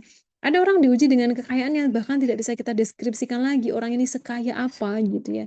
Ada orang diuji seperti Rasulullah SAW gitu ya, dengan beliau sudah yatim sejak dari kandungan, kemudian Allah tempatkan beliau sebagai orang paling mulia. Ada orang diuji seperti Aisyah, nggak punya ayah dan sebagainya. Maka proses-proses seperti itu teman-teman yang dirahmati oleh Allah terjadi pada kehidupan Nabi dan pada kehidupan kita. Ustazah itu kan Nabi, kalau kita kan orang biasa betul. Ada satu kaidah, mau nabi, mau orang biasa, kata Allah, wa rahmati wasi'at kulla syai'. Dan cintaku, kata Allah, dan rahmatku, peduliku, empatiku, kasih sayangku. Yang kemudian semua terminologi itu ya, teman-teman, cintaku, kasih sayangku, empatiku, peluk peluk apa hangatku, kata Allah ya, itu semua terminologi itu sudah dirangkum dengan kata wa rahmati. In Arabic satu kata sederhana itu bisa mewakili banyak sekali terminologi dalam bahasa Indonesianya. Ya kayak misalkan kita mengatakan ya Robi, ya Indonesia ya translate-nya adalah ya Tuhanku. In Arabic ya Robi itu punya 6 sekaligus makna di dalam kata ya Robi. Jadi kalau ada orang mengucapkan ya Robi itu di dalam jiwanya itu harus 6 itu muncul bersamaan. Ya, misalnya ya Robi itu punya makna Al-Malik, As-Sayyid, Al-Murabbi, Al-Mudabbir, Al-Mun'im, Al-Qayyim. Itu banyak banget dalam satu nama. Nah, itu juga sama. Kalau muncul kata rahmat, nah itu di dalamnya ada cinta, empati, peluk hangat. Apapun yang teman-teman rasakan sebagai suatu hal yang bisa disebut sebagai cinta, itu ada semua dalam kata rahmat. Kata Allah, dan rahmatku meliputi segala sesuatu. Segala sesuatu itu termasuk ujian yang akan Allah berikan kepada setiap orang itu. Jadi kalau ditanyakan dasarnya Allah menguji itu takarannya apa? Takarannya adalah rahmat Allah. Ya, ada Allah merahmati orang dengan ujian ini, Allah merahmati orang dengan ujian itu. Jadi kalau ada orang bilang, oh hidupku kok nggak berhenti ujian-ujiannya ya. Sebenarnya kalau mau dipakein kacamata Quran, ujian itu adalah bagian dari rahmat Allah. Karena tidak ada dalam hidup ini yang tidak ada rahmatnya Allah, itu nggak mungkin. Gitu ya, wa rahmati wasi'at kulla syai'. Bahkan dalam kegagalan, dalam kehidupan yang terasa pahit, dalam kehidupan yang terasa tidak menyenangkan, dalam kehidupan yang kayaknya ujian hidup saya gini-gini doang, yang kelihatannya gini-gini doang, itu ada rahmatnya Allah. Itu kaidah yang perlu kita paham. Jadi, teman-teman kalau ngerasa, kok hidupku gini-gini doang ya, atau ngerasa terbalik, kok hidupku berat banget ya, dua-duanya sama aja. Sama apa? Sama-sama berada dalam kadar rahmatnya Allah. Nah, yang ketiga itu penentunya di manajemen ujiannya. Karena kadang-kala kita nggak bisa memilih ujian. Ya, ada ujian yang kita pilih, ada ujian yang tidak bisa kita pilih, teman-teman. Ujian yang kita pilih itu apa ya? Salah satunya wujudnya adalah hal-hal yang tidak baik yang kita lakukan, terus akhirnya kita diuji dengan itu. Misalnya ya, ini cuma contoh ya, suka tidur ba'da subuh, atau kemudian suka menunda sholat. Kita punya ke habit-habit yang buruk, yang kemudian dari habit buruk itu muncul ujian. Nah, itu bisa kayak gitu. Itu namanya kita pilih sendiri, gara-gara kita punya habit yang buruk. Kayak gitu ya. Terus nanti misalnya ya, ada orang suka tidur ba'da subuh, dia kehilangan keberkahan hidup, urusannya nggak selesai-selesai gitu ya, terus kemudian rizkinya nggak kelihatan, kayak nggak melimpah-limpah dan sebagainya gitu. Nah, itu bagian dari ujian yang dia pilih sendiri, tanda kutip. Dia mengondisikan ujian itu datang. Caranya gimana ya? Itu suka tidur pada subuh, dia menghilangkan berkah dalam hidupnya, ya kebanyakan scroll IG, lebih banyak dibandingkan baca Quran. Nah, dia mengundang ujian dan masalah dalam dirinya karena dia mengondisikan dirinya dalam kondisi itu. Nah, tapi ada ujian-ujian yang memang Allah pilih gitu. Nah, sehingga poin yang ketiga adalah tergantung cara kita memanajemennya. Nah, para nabi itu dipilih oleh Allah dengan berbagai ujian hidup itu untuk mewakili perjalanan kisah kita ya, teman-teman. Ada orang yang diuji nggak punya ayah dari lahir, ya Nabi Muhammad. Ya, ada orang diuji nggak punya ibu dari lahir, Nabi Yusuf. Ya, Nabi Yusuf itu di usia belia ibunya meninggal. Gitu ya. Ada orang diuji dengan penyakit, Nabi Ayub. Ada orang diuji dengan keterpisahan yang sangat lama, Nabi Yakub. Ada orang diuji dengan sibling rivalry, kecemburuan antar saudara, Nabi Yusuf. Ada orang diuji dengan kekayaan yang nggak bisa dideskripsikan, Nabi Sulaiman. Ada orang yang sampai sepuh belum punya putra, Zakaria, Imron, Ibrahim. Gitu ya. Ada orang diuji istrinya berkhianat, Nuh, Lut. Ujiannya tuh bentuknya macam-macam gitu. Dan ada orang-orang yang kemudian dari ujian itu, nah ini ya, ada yang Allah unggulkan di antara para orang-orang ini. Dan itu haknya Allah memang. Tapi Ustaz ya, kalau saya tidak termasuk orang yang Allah unggulkan, gimana gitu ya. Itu pun kalau kita bisa menerima, itu harganya surga. Ustazah, ada orang yang Allah unggulkan dengan rahmat ini, dengan nikmat itu gitu. Kalau saya kok kayaknya biasa aja. Siapapun yang bisa ridho dengan takdirnya Allah, maka Allah meridhoinya. Nah, ini juga ujian hidup. Ujian bagi kita adalah ada orang-orang yang Allah spesialkan, tapi ada orang-orang yang kelihatannya biasa saja. Nah, saat kita terposisikan sebagai orang yang ditakdirkan biasa saja, kemudian kita memanajemennya, memfollow up-nya dengan perasaan, ya Allah, bahwa Engkau adalah Tuhan yang menakdirkan, Engkau Maha tahu bahwa semua takdirmu itu baik. Kalaulah saya tertakdir sebagai orang yang biasa-biasa saja, ya gini-gini doang hidupnya. Ya saya sudah maksimal mengikhtiarkan, tapi takdir beginilah harus berjalan. Saya ridho dengan apapun yang engkau takdirkan. Kalau orang lain ada orang menjadi orang ternama, ada orang besar, ada orang kaya, ada orang ahli ibadah, ahli ilmu. Saya gini-gini aja, tapi saya udah isi ikhtiar maksimal. Saya sudah melakukan yang terbaik dari apa yang bisa saya lakukan. Kalau takdir tetap begini dan ini adalah maumu, saya ridho. Nah, jangan salah ya teman-teman. Poin yang ketiga ini, ridho terhadap semua proses takdir. Sepanjang kita sudah melakukan yang terbaik, itulah yang kemudian gitu ya, dicari oleh Allah, ditunggu oleh Allah. Orang-orang yang jiwanya tenang, mereka yang kemudian ridho dengan setiap ketetapannya Allah. Ya Tuhan nafsul mutmainnah, gitu ya. Irji'i ila rabbiki radiyatan mardiyah. Orang-orang yang jiwanya tenang itu, dia dalam posisi ridho dengan apa yang Allah tetapkan, dan Allah meridhoi orang ini. Kalau dia ditetapkan sebagai orang yang biasa aja, nggak terkenal, dan dia oke, no problem, ya udah, itulah puncak hidup ya, sampai kepada titik ridho. Karena di sejarah pun juga seperti itu ya. Ada orang jadi seperti Abu Bakar. Kemana ada Nabi, di situ ada Abu Bakar. Ada orang jadi seperti Umar. Setan aja takut sama Umar. Ya, Umar aja ketika pembebasan Al-Aqsa gitu ya. Orang-orang tuh sampai nggak expect kalau itu tuh pemimpinnya umat Islam. Bajunya, jahitannya tuh sampai 70 gitu ya. Itu Umar. Ya, sangat sederhana gitu ya. Saking sederhananya orang nggak sadar kalau itu pemimpin umat Islam yang punya wibawa besar. Utsman kayaknya kayak apa, Ali, Minang, Fatimah aja sampai nggak punya mahar gitu kan. Itu orang-orang yang kemudian punya sesi hidup masing-masing dan tapi mereka semuanya terkenal gitu ya. Apakah semua harus seperti mereka? Tidak. Uwais Al-Qarni ya sampai kemudian beliau mau meninggal itu kan nggak terkenal ya kan, tapi beliau menerima takdir itu. Uwais bukan Ali, Uwais bukan Utsman, bukan Umar, bukan Abu Bakar, tapi Uwais Al-Qarni tetap terhormat. Kenapa? Ya itu tadi, beliau menerima perjalanan takdirnya beliau sebagai orang yang tidak dikenal. Bahkan sejarah juga menyebut ya Uwais itu kalau ada sekelompok orang-orang elit ngobrol, Uwais itu tugasnya jagain kambing gitu ya. Makanya kalau disebut tuh Uwais itu siapa? Dia bukan orang, bukan apa-apa di antara kami. Itu kesaksian kaumnya Uwais.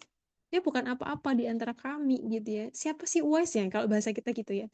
Para elit yang ngobrol, para orang besar yang ngobrol. Siapa sih Uwais? Ah, siapa sih dia gitu ya. Dia lagi jagain kambing di bawah pohon gitu kan. Tapi ya beliau punya satu amal yang nggak kayak Umar, nggak kayak Abu Bakar, nggak kayak Ali dan sebagainya. Tapi beliau tetap tuh memanajemen hidupnya sebagaimana Quran mengarahkan gitu ya. Apa ya beliau menjalani peran yang Allah pilihkan. Beliau punya ibu, ibunya sudah sepuh, pengen tindak haji, nggak punya dana. Apa yang dilakukan Uwais? Uwais mengambil peluang surga dari situ. Dia bukan orang terkenal, dia juga bukan siapa-siapa di antara kaumnya. Tapi dia memilih untuk memaksimalkan apa yang Allah takdirkan dengan sikap ridho. Maka akhirnya beliau memilih apa? Ya udah, saya punya ibu, sak pole saya bakti kepada ibu saya. Sak pole dimaksimalkan.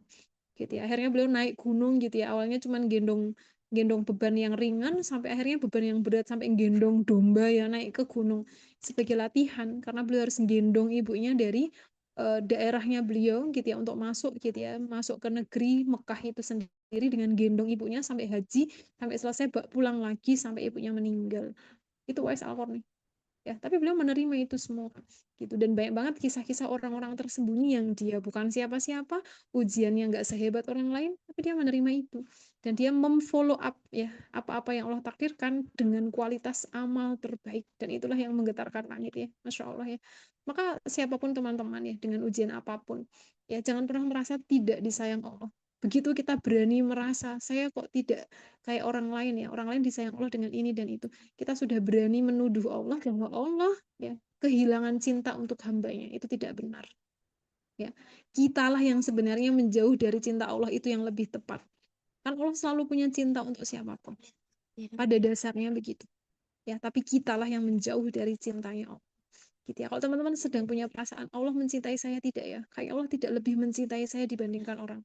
Kalau kita punya perasaan seperti itu, ikuti dengan istighfar dan follow upi takdir yang kita miliki dengan ibadah-ibadah terbaik. Teman-teman insya Allah bisa merasakan ya, betapa Allah itu mencintai kita dengan semua takdir yang Allah tetapkan untuk setiap kita. Gitu ya, sambil terus menerima apapun yang Allah takdirkan. Memang akan ada orang-orang yang Allah utamakan, ada orang-orang yang Allah akhirkan, ada orang-orang yang Allah hinakan. Allah maha melakukan itu semua. Ya, tapi untuk kita apapun yang takdir Allah takdirkan gitu ya, terima itu dan follow up dengan amal-amal terbaik. Itu pertanyaan pertama. Terus kedua, ya masih relevankah perjalanan penanggung apa istilahnya ya, bagaimana Ibrahim bertanggung jawab terhadap keluarganya? Begini, logikanya bukan tentang relevansi, tapi logikanya tentang peran yang sedang diemban Ibrahim dengan peran lelaki yang kita miliki hari ini. Artinya begini, Nabi Ibrahim ketika beliau visit lagi ya ke Mekah, itu kan posisinya Ismail sudah mulai besar gitu ya. Ismail sudah mulai besar, datang-datang minta disembelih lagi gitu ya. Nah, terus gimana gitu ya? Karena begini, posisinya Nabi Ibrahim, beliau seorang nabi yang waktu itu proses kenabian itu tidak diutus untuk semua kaum ya, tapi diutus untuk regional. Ya, misalkan beliau diutus untuk daerah Palestina, ya udah beliau di situ aja. Beliau punya tanggung jawab dakwah di situ, beliau punya urusan ngajak orang-orang kenal sama Allah di daerah situ gitu ya. Dan itu tanggung jawab yang sangat besar sekali. Sehingga ketika beliau tidak visit every year, tiap tahun atau kemudian penunaian nafkah dan sebagainya gitu ya, itu kemudian apa istilahnya ya, ada hal-hal yang sangat krusial untuk beliau lakukan di Palestina itu gitu. Nah, apakah beliau lepas tanggung jawab? Jawabannya tidak sama sekali. Kalau teman-teman masih ingat ya, persis ketika setelah Nabi Ibrahim meninggalkan istrinya Hajar dan Ismail alaihissalam gitu ya, Nabi Ibrahim membaca doa ini Ya, sesaat setelah beliau meninggalkan ya. Ya, ketika Ibrahim terus berjalan ya sampai ke sebuah dataran tinggi gitu ya. Mereka tidak dapat melihatnya lagi. Jadi Nabi Ibrahim kan pergi kan meninggalkan Hajar sama Ismail ya jauh sampai Ismail dan Hajar nggak bisa lihat Ibrahim lagi. Kemudian beliau menghadapkan wajahnya ke arah Baitullah. Kan awalnya beliau jalan tuh ke arah Palestina membelakangi Baitullah, membelakangi Bakkah itu belum ada, Ka'bahnya belum ada, tapi titiknya tuh udah ada, Google Map-nya udah di situ lah ya ibaratnya, tapi bangunannya belum ada gitu. Nah setelah menjauh gitu ya udah nggak kelihatan lagi sama Hajar dan Ismail, beliau putar balik badan menuju ke titik Google Map-nya tadi ya ke arah Ka'bah terus beliau berdoa. Nah ini satu kata yang cukup menarik adalah beliau tidak pernah benar-benar meninggalkan dalam makna lost contact blast doll gitu ya. Tidak gitu. Salah satu jalur yang beliau pakai ketika memang wahyu itu belum turun untuk visit kepada Hajar dan Ismail, jalur yang beliau pakai adalah lewat doa. Karena ketika beliau visit kepada Ismail dan Hajar itu pun atas perintah wahyu gitu. Sehingga kalau pertanyaannya masih relevan apa tidak, hari ini udah nggak ada wahyu lagi. Jadi kalau kita memutuskan sesuatu nunggu wahyu, lah itu udah nggak ada hitungannya lagi, udah nggak bisa kayak gitu. Sehingga apa yang dilakukan para nabi itu sebagian besarnya karena wahyu. Ditinggalkan di situ karena wahyu, visit pun juga karena wahyu. Ya, karena ada perintah menyembelih, karena ada perintah untuk mendirikan Baitullah dan sebagainya. Gitu. Sehingga jawaban untuk pertanyaan kedua, pertama, Nabi Ibrahim punya tanggung jawab dakwah yang sangat besar. Kedua, visitnya beliau itu juga atas perintah wahyu. Kalau belum ada wahyu, maka beliau juga belum akan visit. Nah, ini yang nggak relevan untuk kita sekarang gitu ya. Kenapa ya? Kalau kita LDM terus kita nunggu ayo kamu harus segera menjenguk istrimu di Korea gitu ya. Wah, ini nggak akan ada gitu ya. Yang kemudian bisa kita lakukan adalah menghitung gitu ya. Menghitung apakah kita sebagai seorang suami atau istri sudah menunaikan masing-masing kewajiban sesuai dengan ukuran kita di hari ini karena nggak akan ada wahyu lagi yang turun di sekarang. Itu kedua. Ketiga, nah ini yang dilakukan Nabi Ibrahim adalah kalaupun wahyu untuk visit itu belum datang, beliau akan melakukan jalur langit. Ya, penjagaan terhadap jalur langit ini sangat dahsyat sekali. Ya, kalau teman-teman sekarang lihat ya, Mekah dengan semua kehebatan yang dia miliki ya, ada Zam-Zam, ada Ramis sebagai kota metropolitan, itu adalah wujudnya doa Ibrahim alaihissalam. Ya, Robbi ini askan tuh, ya Tuhan kami. Ya, sesungguhnya aku telah askan tuh menempatkan min dzurriyyati sebagian dari keturunanku. Teman-teman lihat ya. Nabi Ibrahim di sini sudah menggunakan kata dzurriyyah, berarti di situ beliau sudah paham bahwa mungkin aku akan meninggalkan mereka lama. Kalau alhamdulillah, kalau beliau hanya menyebut Ismail sebagai sosok tunggal, maka harusnya kalimatnya bukan dzurriyyah, tapi auladi. Auladi itu anakku yang kita bisa lihat mukanya, masih kita temui, ini anak kandung dan sebagainya itu menggunakan kata aulad. Salah satunya ke sana ya. Atau ibni, anakku, min ibni, dari anakku ya. Tapi beliau menggunakan kata dzurriyyah, maka ini implikasi beliau tahu bahwa eh, kemungkinan visit itu bisa jadi sangat lama dan kemudian Ismail tuh memang akan tinggal di sana. Dia nggak akan saya ajak pulang lagi ke Palestina, itu nggak ada opsi itu. Memang ditinggalkan di situ, disuruh tinggal di situ. Askandu tuh berdiam diri ya. Berdiam diri untuk waktu yang lama atau bahkan bisa jadi permanen. Min dzurriyyah. Nah, dzurriyyati itu maknanya adalah keturunanku yang bisa jadi aku nggak akan bisa lihat lagi siapa yang ada di bawah-bawahnya. Setelah Ismail akan ada siapa, ada siapa, ada siapa. Nah, saya mungkin nggak akan ketemu lagi dengan manusia-manusia ini. Nah, maka ketika doa ini dipanjatkan, Nabi Ibrahim dalam posisi gitu ya, menitipkan sepenuhnya kepada Allah gitu ya. Kalaulah memang ini perintahnya begitu gitu ya. Terus yang bisa beliau lakukan adalah berdoa, ya beliau berdoa min dzurriyyati biwadin ghairi dzi zar'in. Telah aku tempatkan mereka berdiam diri di situ dari sebagian keturunanku, maksudnya Ismail dan nanti keturunannya, ya di lembah yang nggak ada apapun di situ. Inda baitikal muharram, di titik di mana besok akan ada bangunan yang menjadi rumahnya Allah gitu ya. Terus kemudian beliau berdoa, Rabbana liyuqimus shalah faj'al af'idatam minan nasi tahwi ilaihim warzuqhum minas samarat. Nah, disitulah kemudian Mekah itu menjadi sangat luar biasa makmur. Itu salah satu dari doanya Ibrahim ini. Ya, mereka mendirikan sholat. Teman-teman tahu ya, Ka'bah jadi pusatnya sholat. Ya, jadikan hati mereka, sebagian manusia cenderung kepada mereka. Jadi setelah Nabi Ibrahim pergi, ada Zam-Zam ya teman-teman. Nah, di atas Zam-Zam itu banyak burung berputar-putar. Nah, para kafilah yang ada di sekeliling situ, ketika melihat ada burung yang berputar-putar di suatu daerah, maka di situ ada air. Maka kafilah-kafilah itu ngerti gitu ya. Wah, ada burung nih, terus diparani, didatengin, ternyata ada zam-zam tuh di situ gitu ya. Terus mereka minta izin sama hajat tinggal di sekeliling situ. Nah, ini menjadi salah satu perwujudan doanya Nabi Ibrahim alaihissalam. Mulai banyak orang berdatangan gitu ya, minta izin tinggal di situ. Izinnya sama siapa? Sama Hajar. Karena Hajar dianggap sebagai pemilik daerah itu, pemilik Zam-Zam dan sebagainya gitu ya. Izin tinggal di situ lama-lama rame banget gitu ya. Kemudian Allah datangkan rizki dalam wujud buah-buahan, padahal tempatnya kosong, dia tandus gitu ya. Kok bisa banyak buah? Nah, terus kemudian ada mekanisme impor, ada perdagangan internasional, buah bisa masuk, hal yang tidak ada di Mekah bisa masuk. Itu perwujudan dari doanya Ibrahim alaihissalam. Nah, kalau ini masih relevan gitu ya. Kalau yang poin kedua tadi ya, yang dilakukan oleh Ibrahim itu kan wahyu ya. Nah, itu nggak relevan untuk kita. Kita harus menghitung dengan ukuran kita hari ini. Tapi kalau poin ketiga, ya menjaga orang-orang yang kita sayangi untuk menunaikan hak dan kewajiban lewat doa itu masih sangat relevan. Sehingga kadang-kala kita terlalu fokus pada ikhtiar teknis ya, teman-teman. Saya harus ngasih nafkah berapa sih buat istri saya? Saya harus menafkahi mereka dengan love language-nya seperti apa? Ya itu boleh ya, disilahkan ditunaikan.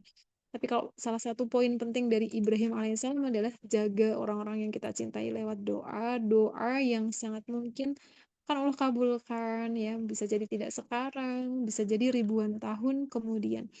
Karena perwujudan doa Nabi Ibrahim ini nanti akan bersambung ya dengan doa beliau. Beliau minta kepada Allah ya dari tempat ini ya bernama Lembah Bakah. Beliau pengen ya akan ada nabi yang nanti lahir di daerah situ. Dan ternyata kan dikabulkan ya sama Allah, tapi 4.300 tahun kemudian setelah Ibrahim meninggal, jauh setelah itu ya, 4.300 tahun kemudian lahir Nabi Shallallahu Alaihi Wasallam dari tempat di mana dulu Ismail ditinggal, gitu ya. Nah, nanti kalau kita bicara hikmah itu lebih banyak lagi ya. Kayak misalnya, kenapa ya hikmahnya Nabi Ibrahim tidak banyak visit kepada Nabi Ismail gitu ya. Yaitu untuk menunjukkan ketokohannya Hajar. Nanti kalau ada Ibrahim kan sangat mungkin ketokohannya Hajar nggak kelihatan lagi karena ada Ibrahim di situ. Tapi ketika Ibrahim nggak ada, ya ketokohannya Hajar sangat kuat sekali. Dan kemudian ada isu parenting ya di situ. Nanti kalau kita lihat dari segi hikmah ya, kok bisa Ismail nggak benci sama bapaknya gitu ya, padahal beliau nggak diasuh oleh ayahnya, kok bisa nggak fatherless gitu ya. Nah itu banyak banget hikmahnya nanti ya, kuncinya di Hajar. Hajar tidak pernah menumbuhkan Ismail dengan kebencian ya, beliau memutus rantai-rantai kebencian ya. Dengan cara apa? Beliau sendiri pun nggak benci dengan Ibrahim ya, maka ibu yang hatinya tidak membenci akan lahir anak-anak yang hatinya tidak membenci pula insya Allah. Ibu yang memanajemen jiwanya untuk tidak mudah tersakiti, insya Allah akan lahir anak-anak yang juga tidak mudah menjadi korban atau menjadi anak-anak yang traumatik gitu ya. Dan itu terbukti di Ismail. Hajar tidak pernah membenci Ismail. Beliau mensyukuri takdir ya, sehingga lahirnya Ismail yang juga tidak pernah membenci ayahnya, karena Ismail tidak pernah dibesarkan dengan kebencian ya. Itu loh bapakmu itu ninggalin kamu masih bayi, nggak ngasih ATM, kosong, nggak ada air ya. Kan nggak pernah dibesarkan dengan cara itu. Justru terbalik ya, dengan cara-cara terbaik, sampai ketika Ismail ketemu bapaknya untuk disembelih, beliau sampai mengatakan ya, if alma tu'mar, lakukan aja wahai ayah yang aku cintai. Itu kalimatnya romantis banget. Kalimatnya sangat hormat kepada Ibrahim, kalimatnya sangat menunjukkan Ismail itu sangat cinta bapaknya. Padahal nggak pernah ketemu, jarang ketemu ya. Tapi sekalinya datang untuk nyembelih, kata Nabi Ismail gitu ya, lakukan if alma tu'mar ya, lakukan wahai ayahku apa yang Allah perintahkan kepadamu. Nggak pakai penolakan, nggak pakai berontak, nggak pakai ungkit-ungkit, nggak pakai isu fatherless dan sebagainya gitu. Sehingga ada banyak sekali hikmah ya kenapa pada akhirnya Nabi Ibrahim itu tidak banyak visit ya, sekalinya visit itu pun dibimbing oleh wahyu gitu ya, dan itu hikmah parentingnya sangat luar biasa. Dan ya Allah, terima kasih atas kebersamaannya. Mohon maaf belum bisa komprehensif, tuntas, tas gitu ya. Ala kulihal, mudah-mudahan Allah memberkahi yang sedikit. Sesuatu yang Allah berkahi itu empowerment ya. Dia memiliki daya ledak yang sangat besar, yang mudah-mudahan Allah memberikan kepada kita tidak hanya ilmu ya, yang bercokol pada kognitif, tapi mudah-mudahan pengetahuan itu berubah menjadi keimanan yang sangat kuat dan berubah menjadi keteladanan yang nyata dalam kehidupan kita. Adanilahu ayakum, kami izin undur diri. Assalamualaikum warahmatullahi wabarakatuh. Waalaikumsalam warahmatullahi wabarakatuh. Jazakallah khairan Ustazah Faiza. Tadi sebenarnya masih ada satu pertanyaan lagi dari chatting ya. Cuman kayaknya Ustazah Faiza sudah mau undur diri. Boleh, boleh. Satu lagi ya mungkin ya. Gimana Saya jawab Ustazah? Nggak apa-apa ringkas. ya Ustazah ya? Ini agak mirip sih sambungan dari pertanyaan yang tadi gitu. Boleh saya bacakan Ustazah? Silakan. Baik, Assalamualaikum Ustazah. Kan biasanya ketika kita membicarakan keimanan sangat identik dengan ujian yang sangat berat. Seakan-akan ketika iman kita semakin tinggi, ujian hidupnya itu akan semakin berat. Tapi bagaimana dengan orang yang hidupnya itu Allah rezekikan, diberikan banyak kemudahan, kelancaran, padahal dia sudah amat sangat memperbanyak ibadah, kontribusinya terhadap dakwah juga sudah all effort. Apakah itu artinya iman seorang yang diberi banyak kemudahan itu tidak setinggi itu? Sehingga untuk orang-orang yang selalu diberi kemudahan, apa yang perlu dia lakukan agar tetap punya gelar hamba yang Allah sayangi dari gelar Allah, hamba Allah yang disayangi. Kadang saya khawatir atas segala kemudahan yang Allah kasih, khawatir di dunia, khawatir di akhirat nanti tidak tersisa. Begitu Ustazah. Tafadholi. Ya, itu udah bener itu. Punya perasaan kayak gitu memang udah bener. Para sahabat Nabi kan juga kayak gitu ya. Mereka tuh sedih gitu ya. Kalau apa istilahnya ya, bagian di akhiratnya tuh kosong, sedangkan semua kemudahan itu Allah tuntaskan di dunia dan nanti tidak tersisa di akhirat. Sehingga pada beliau yang bertanya, pertama kami mengapresiasi ya, perasaan itu udah benar ya. Saat kita punya perasaan ya Allah, jangan sampai engkau tidak sisakan ya kebaikan-kebaikan di akhirat dan engkau balas semuanya di dunia. Yang saya benarkan yang itu aja. Ya, yang saya benarkan yang itu. Artinya begini, kalau teman-teman punya perasaan eh, jangan sampai semuanya Allah balas di dunia ya, karena terlihat semuanya mudah sampai tidak tersisa di akhirat, itu perasaan yang juga ada pada para sahabat Nabi. Mereka kalau dapat kemudahan ya, mereka berdoa kepada Allah, ya Allah jangan sampai engkau eh, tuntaskan semua balasan itu di dunia sampai kami nggak mendapat apa-apa di akhirat. Nah, itu pertama, itu perasaan yang sama ya, sebagaimana dulu para sahabat juga punya perasaan seperti itu. Kedua, kalau kemudian teman-teman punya kehidupan yang semuanya mudah, nggak pernah kayak ada ujiannya gitu ya, batu-batu tuh paling nggak ada ya, adanya kerikil-kerikil doang, itu kan nggak bikin kepleset gitu ya, cuman ada kerikil gitu dong, lancar lagi dan sebagainya. Maka kami menyarankan ya Rumaisa ngangkat kisah Nabi Sulaiman, nanti kerasa banget ya cara menghadapinya. Karena anyway, memang secara neuroscience ya, sesuatu itu akan lebih berkesan kalau sifatnya pain gitu ya. Sakit, masalah, trauma lah itu semuanya tuh jadi kayak memorable gitu ya. Dan sekarang banyak banget tuh isu-isu mental yang angkatnya tuh side atau sisi-sisi yang modelnya traumatik kayak gitu ya teman-teman. Sampai kita lupa bahwa Allah pun memberikan pada sebagian orang wujud hidup seperti Sulaiman. Nah, kita lupa tuh ngangkat tema yang kayak gitu sampai sampai kemudian kita nggak ngerasa bahwa itu tuh juga ujian hidup gitu. Sehingga secara konkret kami menyarankan ya one day rumahnya saya ngangkat kajian tentang Sulaiman alaihi salam atau Abdurrahman bin Auf yang hidupnya bahkan bingung ngabisin duit ya, itu Abdurrahman tuh bin Auf ya. Keluarin 10.000 datangnya 1 juta, keluarin 1 juta datangnya semiliar, keluarin semiliar datangnya 1 triliun. Itu bingung tuh Abdurrahman bin Auf tuh ngabisin duit sampai beliau nangis gitu ya, ini gimana duit gak habis-habis gitu ya. Nah, terus gimana cara menyikapinya? Nah, itu ada banyak hal yang bisa teman-teman pelajari dari Nabi Sulaiman alaihi salam atau Abdurrahman bin Auf radhiyallahu anha. Itu poin kedua. Poin ketiganya, gini logika sederhananya. Kalau teman-teman punya kehidupan yang semuanya baik-baik saja, berarti Allah sedang menstimulasi kita untuk memperbanyak perasaan khauf dan roja yang tepat. Kalau ada orang yang diberikan ujian sakit, diberikan masalah, itu rojanya kuat banget. Ya, komposisi berharap kan hati manusia itu di antara dua hal ya, roja dan khauf, perasaan berharap dan perasaan takut. Nah, ada orang-orang yang punya problematika hidup yang sifatnya traumatic event, sakit, trouble, problem dan sebagainya, berarti Allah sedang menstimulasi rojanya itu kuat. Berarti Allah sedang mengondisikan dia gitu ya untuk memiliki amal soleh berupa kamu milikilah pengharapan yang besar untuk saya gitu ya, kepada saya. Nah, tapi ada orang-orang yang kemudian mendapat pengondisian terbalik gitu ya. Apa itu? Allah menstimulasi khaufnya yang besar. Milikilah perasaan takut hisab yang berat. Milikilah perasaan takut apa namanya kufur nikmat. Milikilah perasaan takut kurang dalam kontribusi dakwah. Milikilah perasaan takut terhadap api nerakanya Allah gara-gara kita kurang sedekah. Nah, ada situasi di mana Allah menstimulasi roja yang kuat Ada situasi di mana Allah menstimulasi khauf yang kuat. Ada situasi di mana keduanya pengen diseimbangkan. Nah, setiap orang itu ditempatkan oleh Allah pada posisi-posisi yang berbeda-beda seperti itu. Gitu. Nah, kenapa ya kok ada orang yang seperti itu, ada yang ditempatkan pada ujian hidup yang bermasalah, ada orang yang ditempatkan dalam ujian hidup yang wujudnya kemewahan atau wujudnya hidup yang baik-baik saja. Kenapa? Itu jawabannya hanya Allah yang tahu. Yang jelas, kitanya saja yang memanajemen perlu dengan cara yang tepat. Jawabannya sebenarnya gitu saja.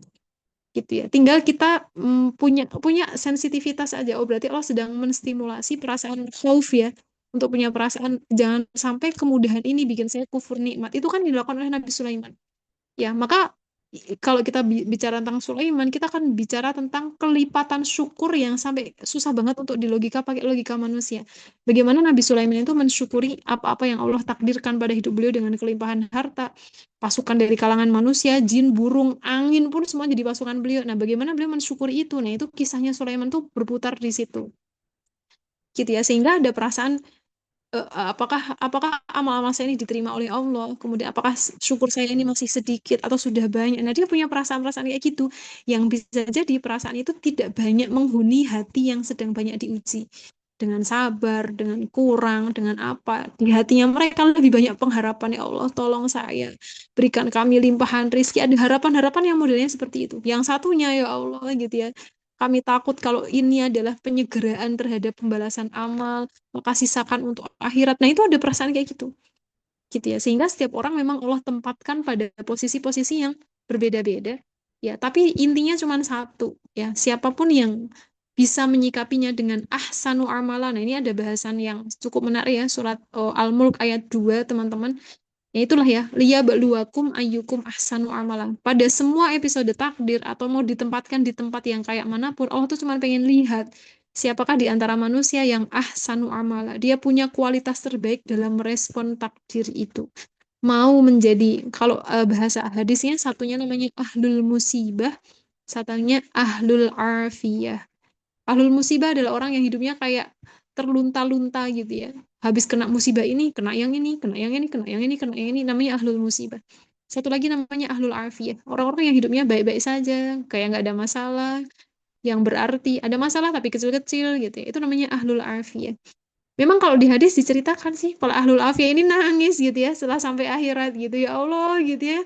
Para ahlul musibah tuh pahalanya kok gede banget gitu ya. Kembalikan kami ke dunia, cabik-cabik hidup kami gitu ya, cabik-cabik diri kami, tapi berikan kami pahala sebesar ahlul musibah. Itu memang ada hadis yang bunyinya seperti itu. Nah, bagi teman-teman yang hidupnya baik-baik saja, gitu ya. Bukan berarti teman-teman nggak disayang Allah, bukan, gitu ya. Allah menyayangi teman-teman dengan ujian dalam wujud prestis, privilege, kenyamanan dan sebagainya. Dan itu kadangkala lebih menakutkan dibandingkan ujian-ujian yang sifatnya kelihatan menyedihkan, kelihatan susah dan sebagainya. Kenapa disebut menakutkan? Karena kadang kita terlena ngerasa nggak diuji, padahal kenyamanan itu adalah ujian itu sendiri, gitu ya. Justru itu perasaan khaufnya harus besar gitu ya. Ya Allah gitu ya, jangan sampai ini adalah balasan yang disegerakan di dunia dan tidak ada bagian di akhirat. Justru perasaan kita seperti itu akan lebih kuat. Tapi kalau itu nggak tumbuh, nah itu yang harus kita nyalakan alarmnya gitu ya, agar kemudian kita termasuk orang-orang yang Allah selamatkan fit dunia wal akhirat. Seperti Abdurrahman bin Auf ya, beliau punya banyak sekali tangisan kepada Allah karena mengkhawatirkan kekayaannya menjadi penghalang sampainya kepada surganya Allah. Beliau nangis ya. Ada orang-orang minta, ya Allah berikan kami rizki, berikan kami rizki. Abdurrahman bin Auf nangisnya di balik, ya Allah gimana nih duit saya kebanyakan, jangan sampai ini menghalangi saya ke surga. Sama-sama menangis ya. Satunya menangisi diberikan rezeki yang cukup, satunya menangisi kekayaan yang tidak ada habisnya. Tapi esensinya sama tuh, sama-sama menangis karena takut kepada murkanya Allah, karena takut kepada nerakanya Allah, karena takut tidak sampai kepada surganya Allah, dan takut tidak sampai bertemu dengan Allah. Sama kan esensinya, tapi keduanya punya proses jiwa yang berbeda. Gitu ya Mbak Ida, kami izin undur diri untuk terakhir kalinya ya.